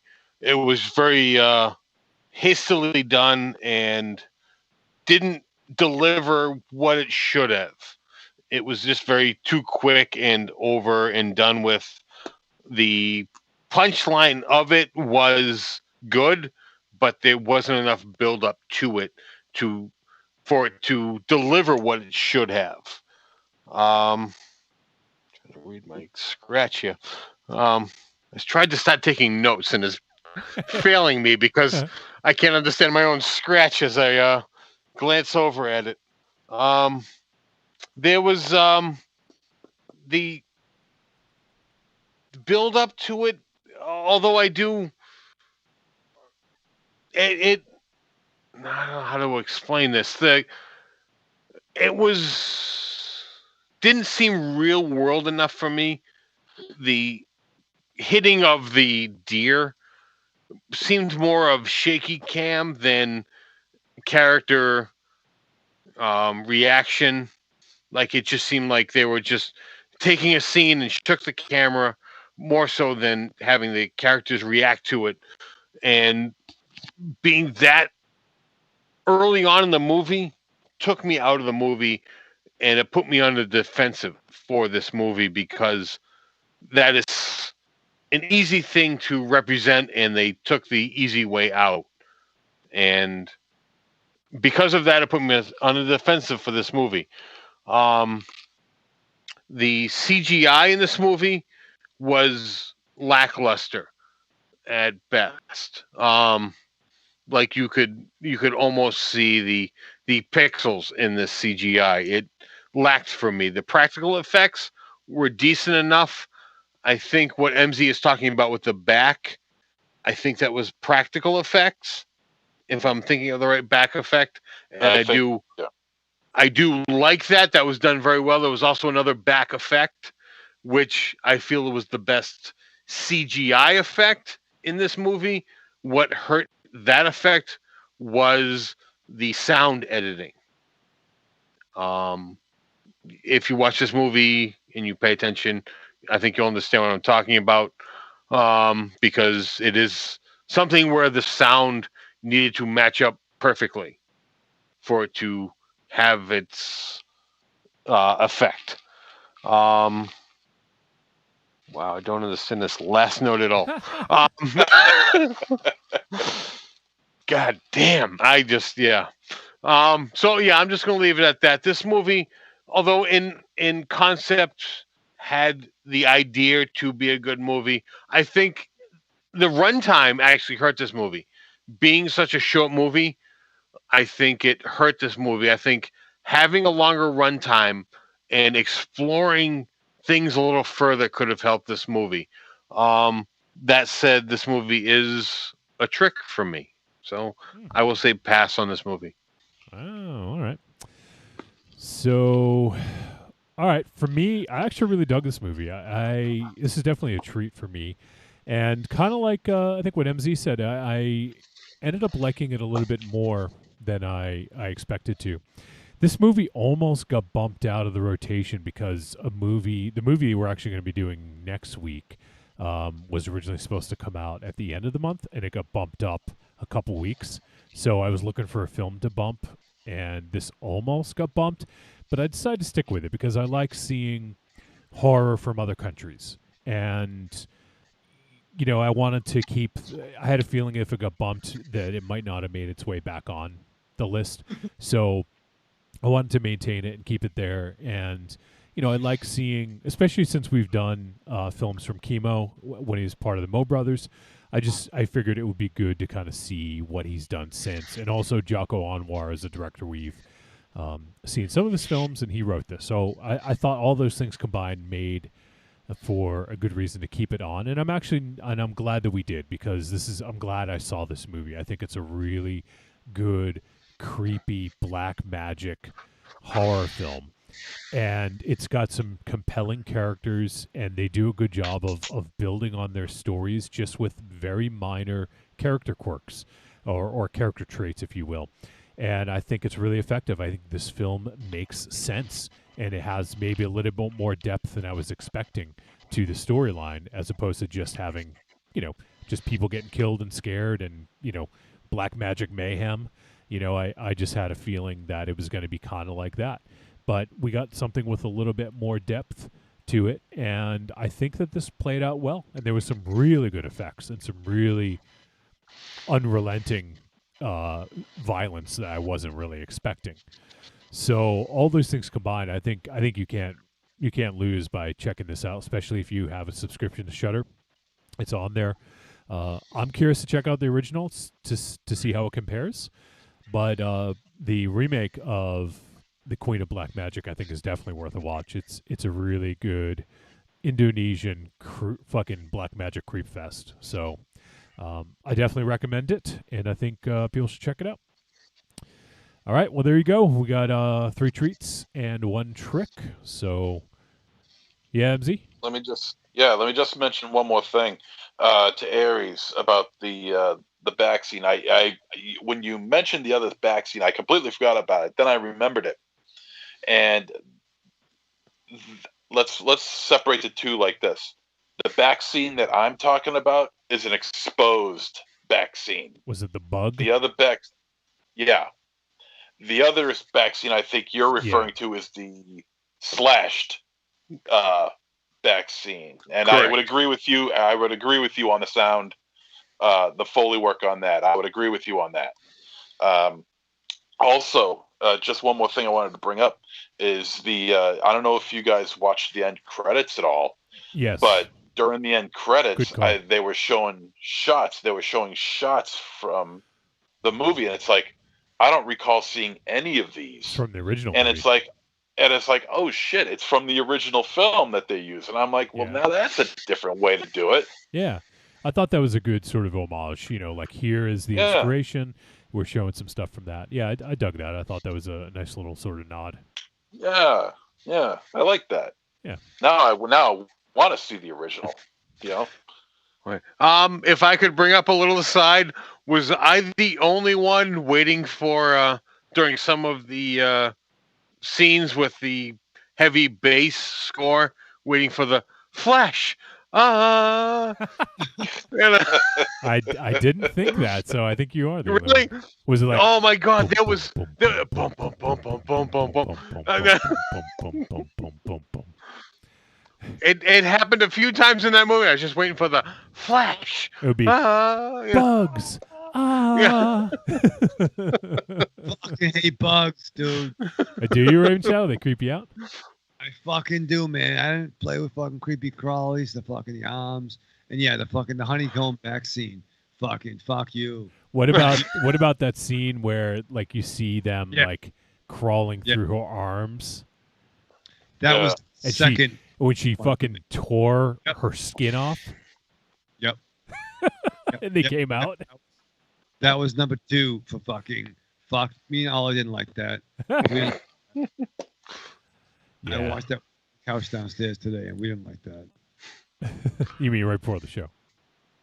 I don't know when I watched it, but when I watched But you know what? You held your own, Raven Shadow. You talked about some of the finer points of the film. I'm proud of you.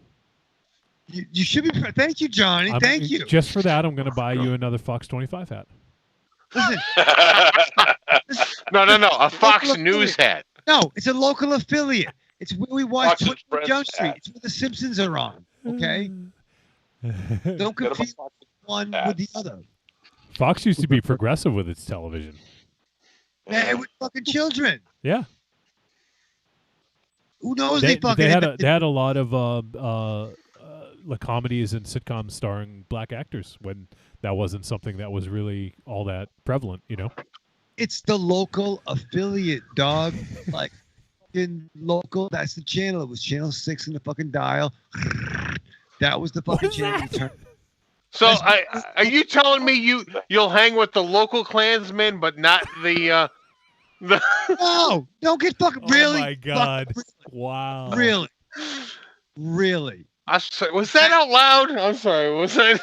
Oh my God! Listen. Holy shit! Those guys are right, so don't fucking get that fucking twisted. Raven Shadow, you gonna have enough time to watch Primal Rage? Probably not.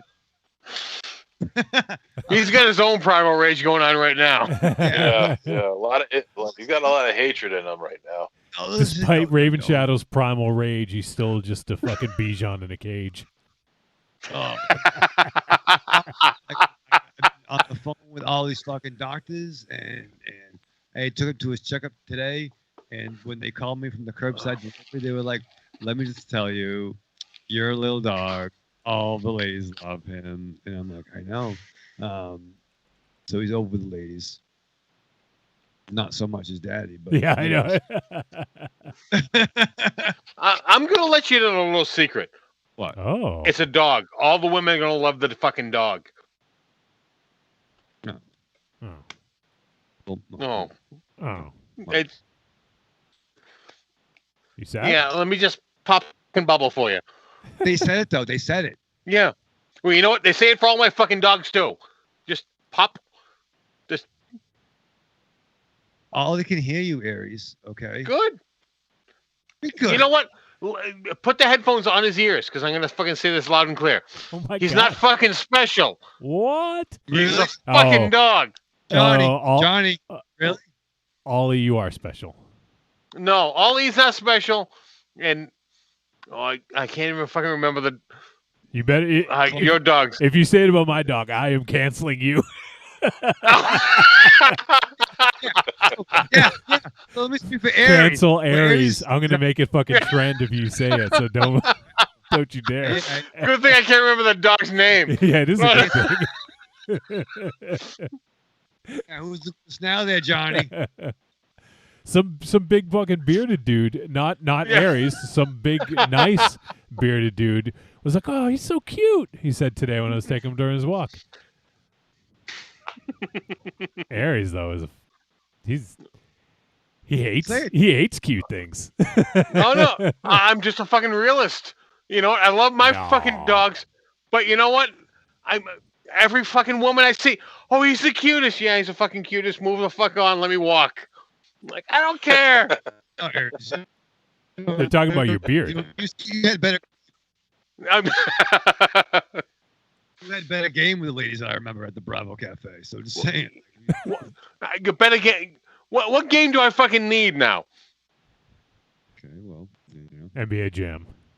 Yeah, that's the only fucking game I need. Fucking Borderlands. That's the game I need right now. Borderlands, is that what you said? Borderlands. That's the Borderlands 3. That's the game I'm playing right now. Did you hear they're making a Borderlands movie? I did hear that. Yes. And Who did I just see? They cast Jack Black as Claptrap. Yes, and I'm on board with that. But MZ's laughing. What the fuck are you laughing at, MZ? You trying to hold it in? What are you trying not to shit your pants? Just a weird grin on his yeah, face. what the fuck was that? I'm watching some weird shit right now. What are you should watching? just be watching us. He's watching. Wait, your focus should be this. No, he found the fucking May Wise the May Wise video of him eating a person, right? Is that what you found? No. Where's your hand? He's watching cake farts. Where's your hand? MZ's watching cake farts. What are you watching, MZ? Come on. None of your business. Yeah, it is my business. You're on the fucking show.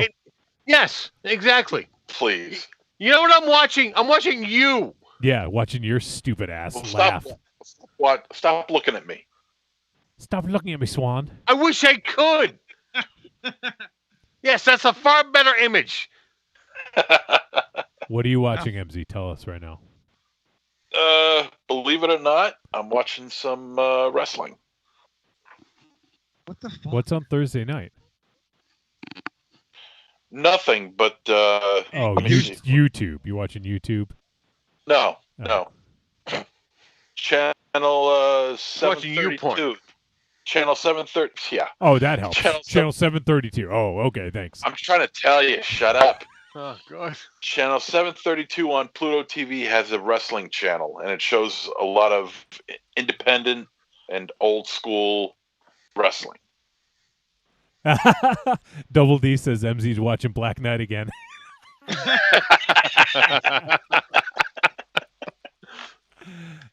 Greatest probably movie are. ever. Oh man. Yeah. The Queen of the Black Knight, is that the name of the fucking sequel to this movie? There was a great quote. I forget when the queen showed up. She's like, "I'm not here to kill you. I'm here to send you to hell," or something along those lines. Oh no, she was going to bring hell to them, right? Wasn't that it? Yeah. Well, what was the line? Fuck. It was something like, I don't know if hell exists, but I'm going to bring it here. I'm sending you there, or I'm bringing it here. Yeah. And I was like, "Oh, Snoop!" Like Def Comedy Jam. Like that's a fucking thing. Nobody says "Oh Snoop" but you. I know one of the guys. And nobody says Def Comedy Jam either. Double D notes and Double Ba, you know, a former Double Ba? Double Ba. Double Ba. Is that Kid Rock? Ba with the Ba? You guys know, Johnny, they know fucking Double MZ. I know who Double Bar is. I don't know who Dubba Ba is.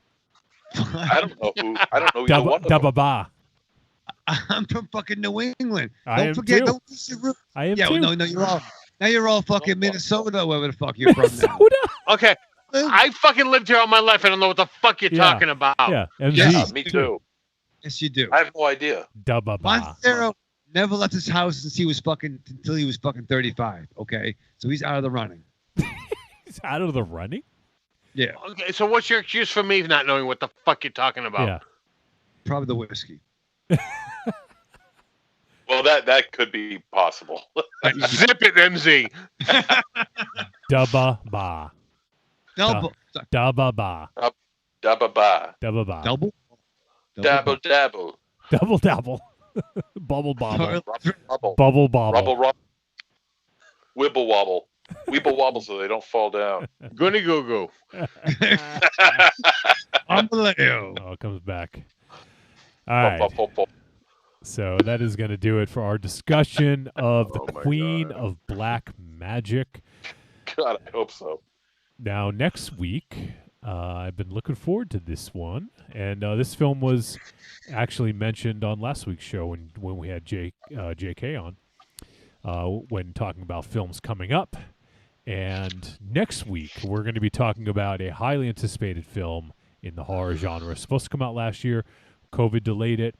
It is an A24 release. MZ, I know that gets you going, gets your nipples hard. I'm wet. Jesus, he's not Wet? He's not even moist. He's wet. Yeah, he went from dry to wet in that fucking 0 to 60.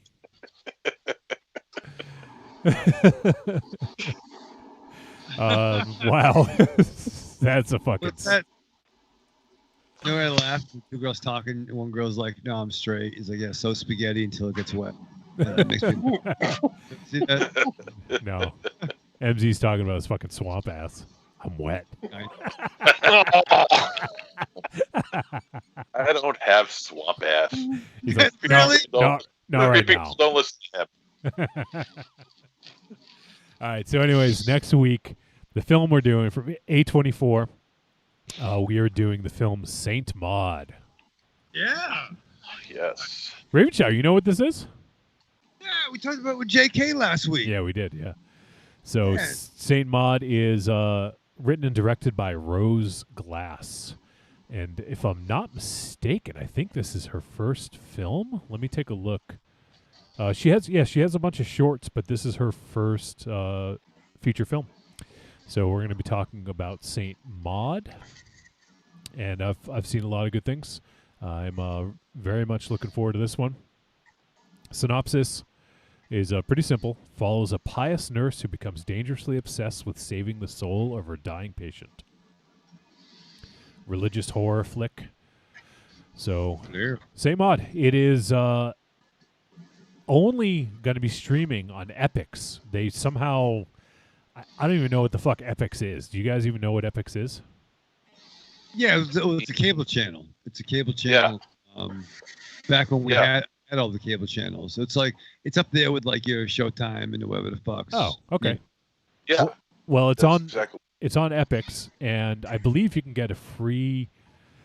let's see. You can get a free 7-day trial. So if anyone wants to check it out, then get the Epix 7-day trial, and you can watch Saint Maud. And I think it's getting a very short sort of window streaming on Epix, and then I think it's going to get a DVD Blu-ray release after that. I'm not sure. They did some weird stuff with this, with the streaming window, because it was originally supposed to come out later on in the month. So Epix made some sort of deal, though, and was able to get a streaming exclusively for a few weeks. So, but yeah, really curious about Saint Maud. Can't wait to check it out. And that's what we're doing next week. Aries, you disappeared. Shit. Uh-oh. He's muted. And Aries, I don't know if you know, but your video's out. Can you hear me? I can hear you. Yeah. Okay. Let me just I'm working on this here. Yeah, because you were gone, then you reappeared, and then you disappeared. There you are. I'm gone. I'm here. Okay. I'm sorry. Windows 98 is failing me. Windows 98. That would not run. I mean, any computer that has Windows 98 would not fucking run anymore. Why? Why? Don't answer him. Don't answer him. Don't answer him. Don't answer him. All right. Don't answer him. So next week, really looking forward to that. Saint Maud. Can't wait to check it out. Everyone should check it out. And if you guys have thoughts, send them our way. podcast@trickortreatradio.com. We always love hearing your voices, so send us a voice message. Or you can alternatively send an email, but we'd rather hear your voices. And speaking of voices, we have some voice messages. You guys want to get to that? Sure. All right. Shit. We got 2 voice messages. Let's start out with We'll turn the volume up, and then we're going to start off with Arkham Josh. Hey, Trick or Treat Radio guys, it's Arkham Josh here. Just kind of calling in, catching up. If you hear like kind of white noise in the background, don't mind that. I'm working in my garage today. It's kind of cold, and I have the heater running. Yeah.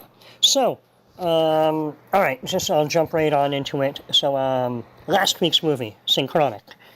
And one, much like you guys, I was looking forward to this. And this was a really good film. I like that Benson and Moorhead stuff. I wouldn't say it's been hit or miss for me, because I've liked all of it, but I think some of it has just worked much better than others for me. And I think this, right now, I think to me, this is my favorite film of theirs. Yeah. I think that this really hits. There was a couple of little things that I was going to say I kind of saw coming, but nothing major. And I thought the story was still great. I thought the effects, the way things changed was all fantastic. I thought the writing was good. And I thought, obviously, the acting was fantastic, too. So definitely, overall, I'm going to give Synchronic a treat and a recommend. So, yeah, that was just great. Now, as far as this week's movie, The Queen of Black Magic, this one's going to get a little bit tricky for me, because I did enjoy the movie, and it's got some good scares. It's got some good effects, even though sometimes it's a little too reliant on CGI, and it's got an interesting story. Unfortunately, this is pretty much an in-name only remake, where they use the name of the original film and one character name who has similar motives or things that they're doing. Other than that, this has nothing to do with the original Queen of Black Magic. I know Joko Anwar wrote this. He also did the Satan's Slaves update, which was kind of part remake, part sequel. That worked amazingly. I know he's actually done this with some other stuff, like there was an Indonesian superhero film from the 80s, like Gundala, I think, that he also did an update of that. But this, I don't know. This to me, it's really disappointing in that they should have just called it something else. If this wasn't called Queen of Black Magic, I would say treat and recommend. If they're trying to push this on using the name of Queen of Black Magic, I'm going to say tepid treat and watch it if you got nothing better to do. And that's really unfortunate for the film, just because they gave me a certain expectation by using the name. And if you guys haven't seen the original, it looks like they recently added the HD transfer of the original Queen of Black Magic to Shudder. So I'm going to say, if any of you guys are questioning me as to like what's he talking about, go back and watch that other film. That other film, yes, it's a bit campy. Yes, it's a bit goofy, but it's a good story, and it's also an amazing testament to what people working on a shoestring budget can pull off for effects, because there is just some fantastic scenes in that did not require a bunch of CGI. So, yeah, I'm going to have to say tepid treat, and, watch it when you get a chance, because it's not what it advertises itself to be, which is really disappointing. I don't know, I'm kind of hoping from here on out he sticks to things like Impetigore, where he just kind of does his own original stories that still kind of use kind of elements of these older Indonesian films. But yeah, I don't know. I guess that's my rant. So So if anybody is completely unfamiliar with this film or the original, I'm going to say, like, this is almost the equivalent of the Prom Night remake, which is in name only and just happens to use a prom. So take from that what you will. All right. Sorry to get ranty on you guys. I am very interested to hear what you guys thought of the film, because there's a lot of fantastic elements to this film.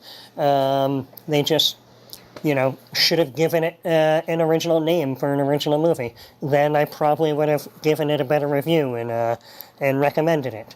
So, I don't know. I hope everything's going well. Look forward to hearing what you guys thought of it. I know last time I called in, you guys mentioned, looking forward to having me as a guest again sometime. Yeah. And we all know that this kind of situation that we're in right now could drag on for a while. So send me a message. If you guys want to get me on, Skype or something, I would love to be back on the show. Chit-chat with you guys somewhat in person for a little while. Yeah, man. And I think that's pretty much all. But lastly, and one other thing is, I was actually discussing Psycho Goreman with somebody, and they had a very interesting point, which made perfect sense. Made sense to me, because I liked Psycho Goreman, but for anybody who is also a fan of Bob's Burgers, it has been pointed out that Mimi is essentially just an exaggerated version of the character of Louise. And I'll just leave that there for what it is. See what other people think of that. All right. Hope you guys are doing good, and I'll hopefully talk to you soon. Bye. All right, Josh. Thanks, man. What? Oh, damn. I never thought of it before like that. When he mentioned it's an exaggerated version of Louise from Bob's Burgers, I'm like, yeah, there's some merit to that. If any of you have ever seen Bob's Burgers, there is some merit to that. I never thought about it before until he said it. It's like, shit, that actually makes sense. All right, well, there you go. Makes sense, MZ. I'm sorry, I was just more of taken back by the fact that he was giving his MZ laughter and scratching or rubbing something just out of camera view, and it was very disturbing. What were you scratching and or rubbing? Oh my god! What the fuck are you doing? Yeah. What the fuck is that? What are you doing, dude?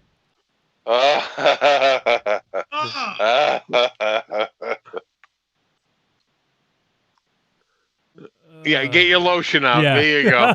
Oh, Where's your no. lotion? He needs the glasses to see it. To protect his eyes. Jesus Christ. Flashguard. That's fucking weird. Oh, God. Everything you're doing is terrible. Even the people who are not watching this live are like fucking disgusted just hearing it. Normally we say check out the live show, but we say don't fucking check out the live show. Check us out on Fridays on the fucking Stitcher. And MZ's still watching Black Knight. You are a fucking weird cat, brother. Thank you. Weird guy.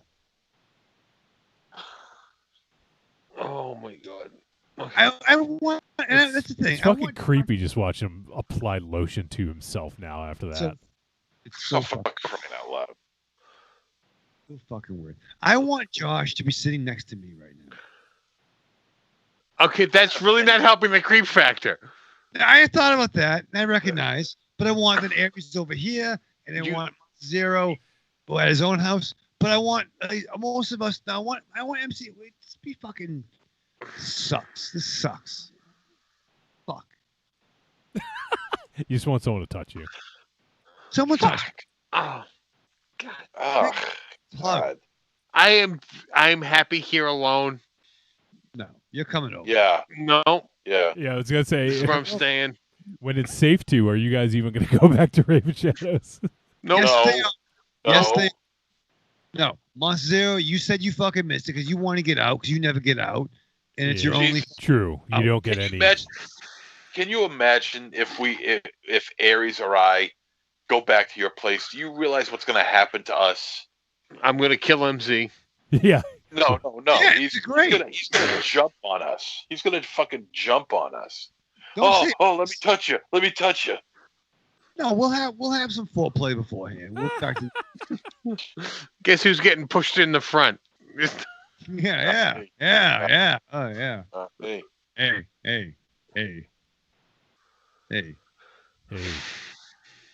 It'll be fun. No, I think we're gonna enter back into like it's kind of like putting the fish in the bag in the fucking tank. You know, you're gonna like. What does that mean? You know, like when you get a new fish, you new like a bucket, like a teacher. You talking about lightning in a barrel? No, but like you have a fish tank, right? And you buy a new fish from the Petco or someplace that doesn't kill. Why would fish. you do that? I'm saying if you had fish, you put them in a bag into the tank subtly, and then you open the bag and you let them come in the thing. So we'll have a backyard party. We're gonna play bocce. Bocce. Yeah. Do you know how to play it? I do. It's like I just score the first point. Explain the rules. I just score the first point. You fucking asking me? It's like fucking horseshoes with balls. So you take the fucking Polina.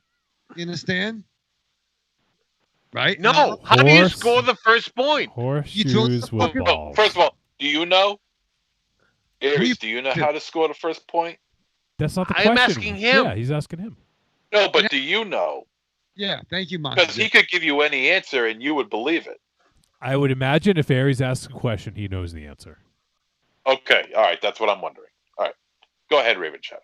All right. Well, what I'm telling Aries is that when you get the fucking bocces, you get your colors, you take the Polina, right? You throw the Polina, and then you fucking, whoever ball is close to the Polina gets the fucking point. And you can knock the balls out. You know what I mean? That's the thing. You can knock the balls out. But whoever's ball is close to Polina gets the point. And that's a metaphor for real life and kind of like high school. Are you talking about crazy ball or bocce ball? I'm not sure what I'm talking about. Bocces, man. Bocces. What's it Crazy called? Bocce. Bocce balls. No fucking bocce balls. Bocce balls.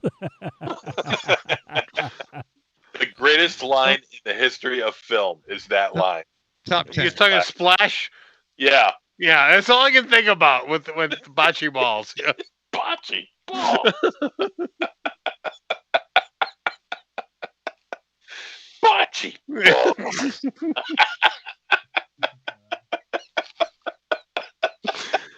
God damn it! I hate when I'm on the same page with you. What are you the fucking That scene is so great. That scene is so great. All right, we got another voice message. Yeah. Yeah. Go. This is from our boy First Time Mike. What's up, Trick or Treat family? This is First Time Mike, and I said I was going to get to it, so here is my review of Psycho Goreman. Yeah. I'm not going to beat around the bush. I love this movie. It was amazing. It was a treat of the highest order. Let's just get to some talking points. Psycho Goreman himself is a great design. He looks like he could be fighting the Power Rangers or He-Man easily. Solid design work. Looks like a toy that you would be having in the 80s or 90s that you'd be able to grab and just run around the house and scare your dog with it. The voice work is great. I love Steven Vallejos. The Psycho Goreman voice helps make it because he doesn't have a lot of facial range, so his delivery is great. It's very Peter Cullen, Optimus Prime like, and I loved it. Next part, the family. The family is great, and it's a point I'll get to afterwards. They're funny. They use the broad strokes of like kids TV, the Super Sentai shows, your live action. Kid stuff from early 70s, Filmation, the Hanna-Barbera stuff, to even today, the stuff on like your Disney networks and such. Dad is a pretty much lazy whiner, funny as hell, though. Mom is high-strung and ready to snap at the moment's notice. Would you wait for the whole movie and you get the satisfying crunch of what happens to that? The boy, I mean Luke, he's the most normal of the bunch, borderline, just scared of his sister, but wants everything just to be as normal as possible, and he doesn't get his wish. And Mimi, oh, love that kid. She's pretty much the most sociopathic tween character since Mandy from the Grim Adventures of Billy and Mandy cartoon from the 90s. And the best part about that family is that with all this craziness going around, and anytime you think that they would bend to all the craziness and the aliens and anything going around them, they don't bend. Their characters pretty much stay the same through this onslaught of weirdness and destruction. And their ways start to influence the things around them, which is funny as hell from the standpoint of a movie or a show like this. Totally going against the grain, and that makes the comedy that much better. There's so many deep cuts in this movie that you guys went through when you and El Goro were talking about it last week, and I've seen on other shows and reviews. But some of my favorites is that the Alistair brain, as I like to call it. Basically, he wanders around like the 70s show Sigmund the Sea Monster from the Sittingcroft show from the 70s and the 80s repeats I used to watch all the time when I would get home from school when I was a kid. Down to like some of the trail that they had there as he would just go away with the tentacles. Poor Alistair. And I love the Paladins of Obsidian. Those guys made me laugh, and the visual designs were stunning. To the weirdness of the blood bucket guy whose name I can't remember, but the second in command had the name. It was treacherous and had the name Scream in his name. So a certain portion, you got a certain portion of Saturday morning right there. The Witchmaster looked like something out of a Takahashi Miike yokai movie. And the line with Cassius 3000 and Betrayal made me laugh because that was straight from Shakespeare and such a deep cut. I loved it. I would go on and on about this stuff, but I just wanted to say that Psycho Goreman is a great movie. It's fun just for the casual horror comedy fan, but for somebody that grew up on these type of shows, the Super Sentai, the action figure, action hero cartoons like He-Man and Transformers, touches of Star Wars, Jason from Star Command, all those type of shows. It's a love letter to that movie that creates a rich world that you want to see him explore again in 90 minutes, and that's no small feat. Steven Kasansky's a fucking genius. Well, it's 5-minute mark, so I'm going to let you guys go, but this is Hunky Boy Mike wishing you all a good night. Bye. Oh, shit. If you didn't already have a good nickname, it might be in contention. It'd be HBM. HBM. Yeah. Hunky Boy Mike. Awesome. First time, Mike. Thanks, buddy. Always love hearing from you, and glad you dug the flick so much. Had a feeling you might. All right. I don't for hunky boys. Or do I? MZ, did you see the update to the Hunky Boys edition? I guess they added they showed some pictures of the trading cards and stuff like that. Yeah.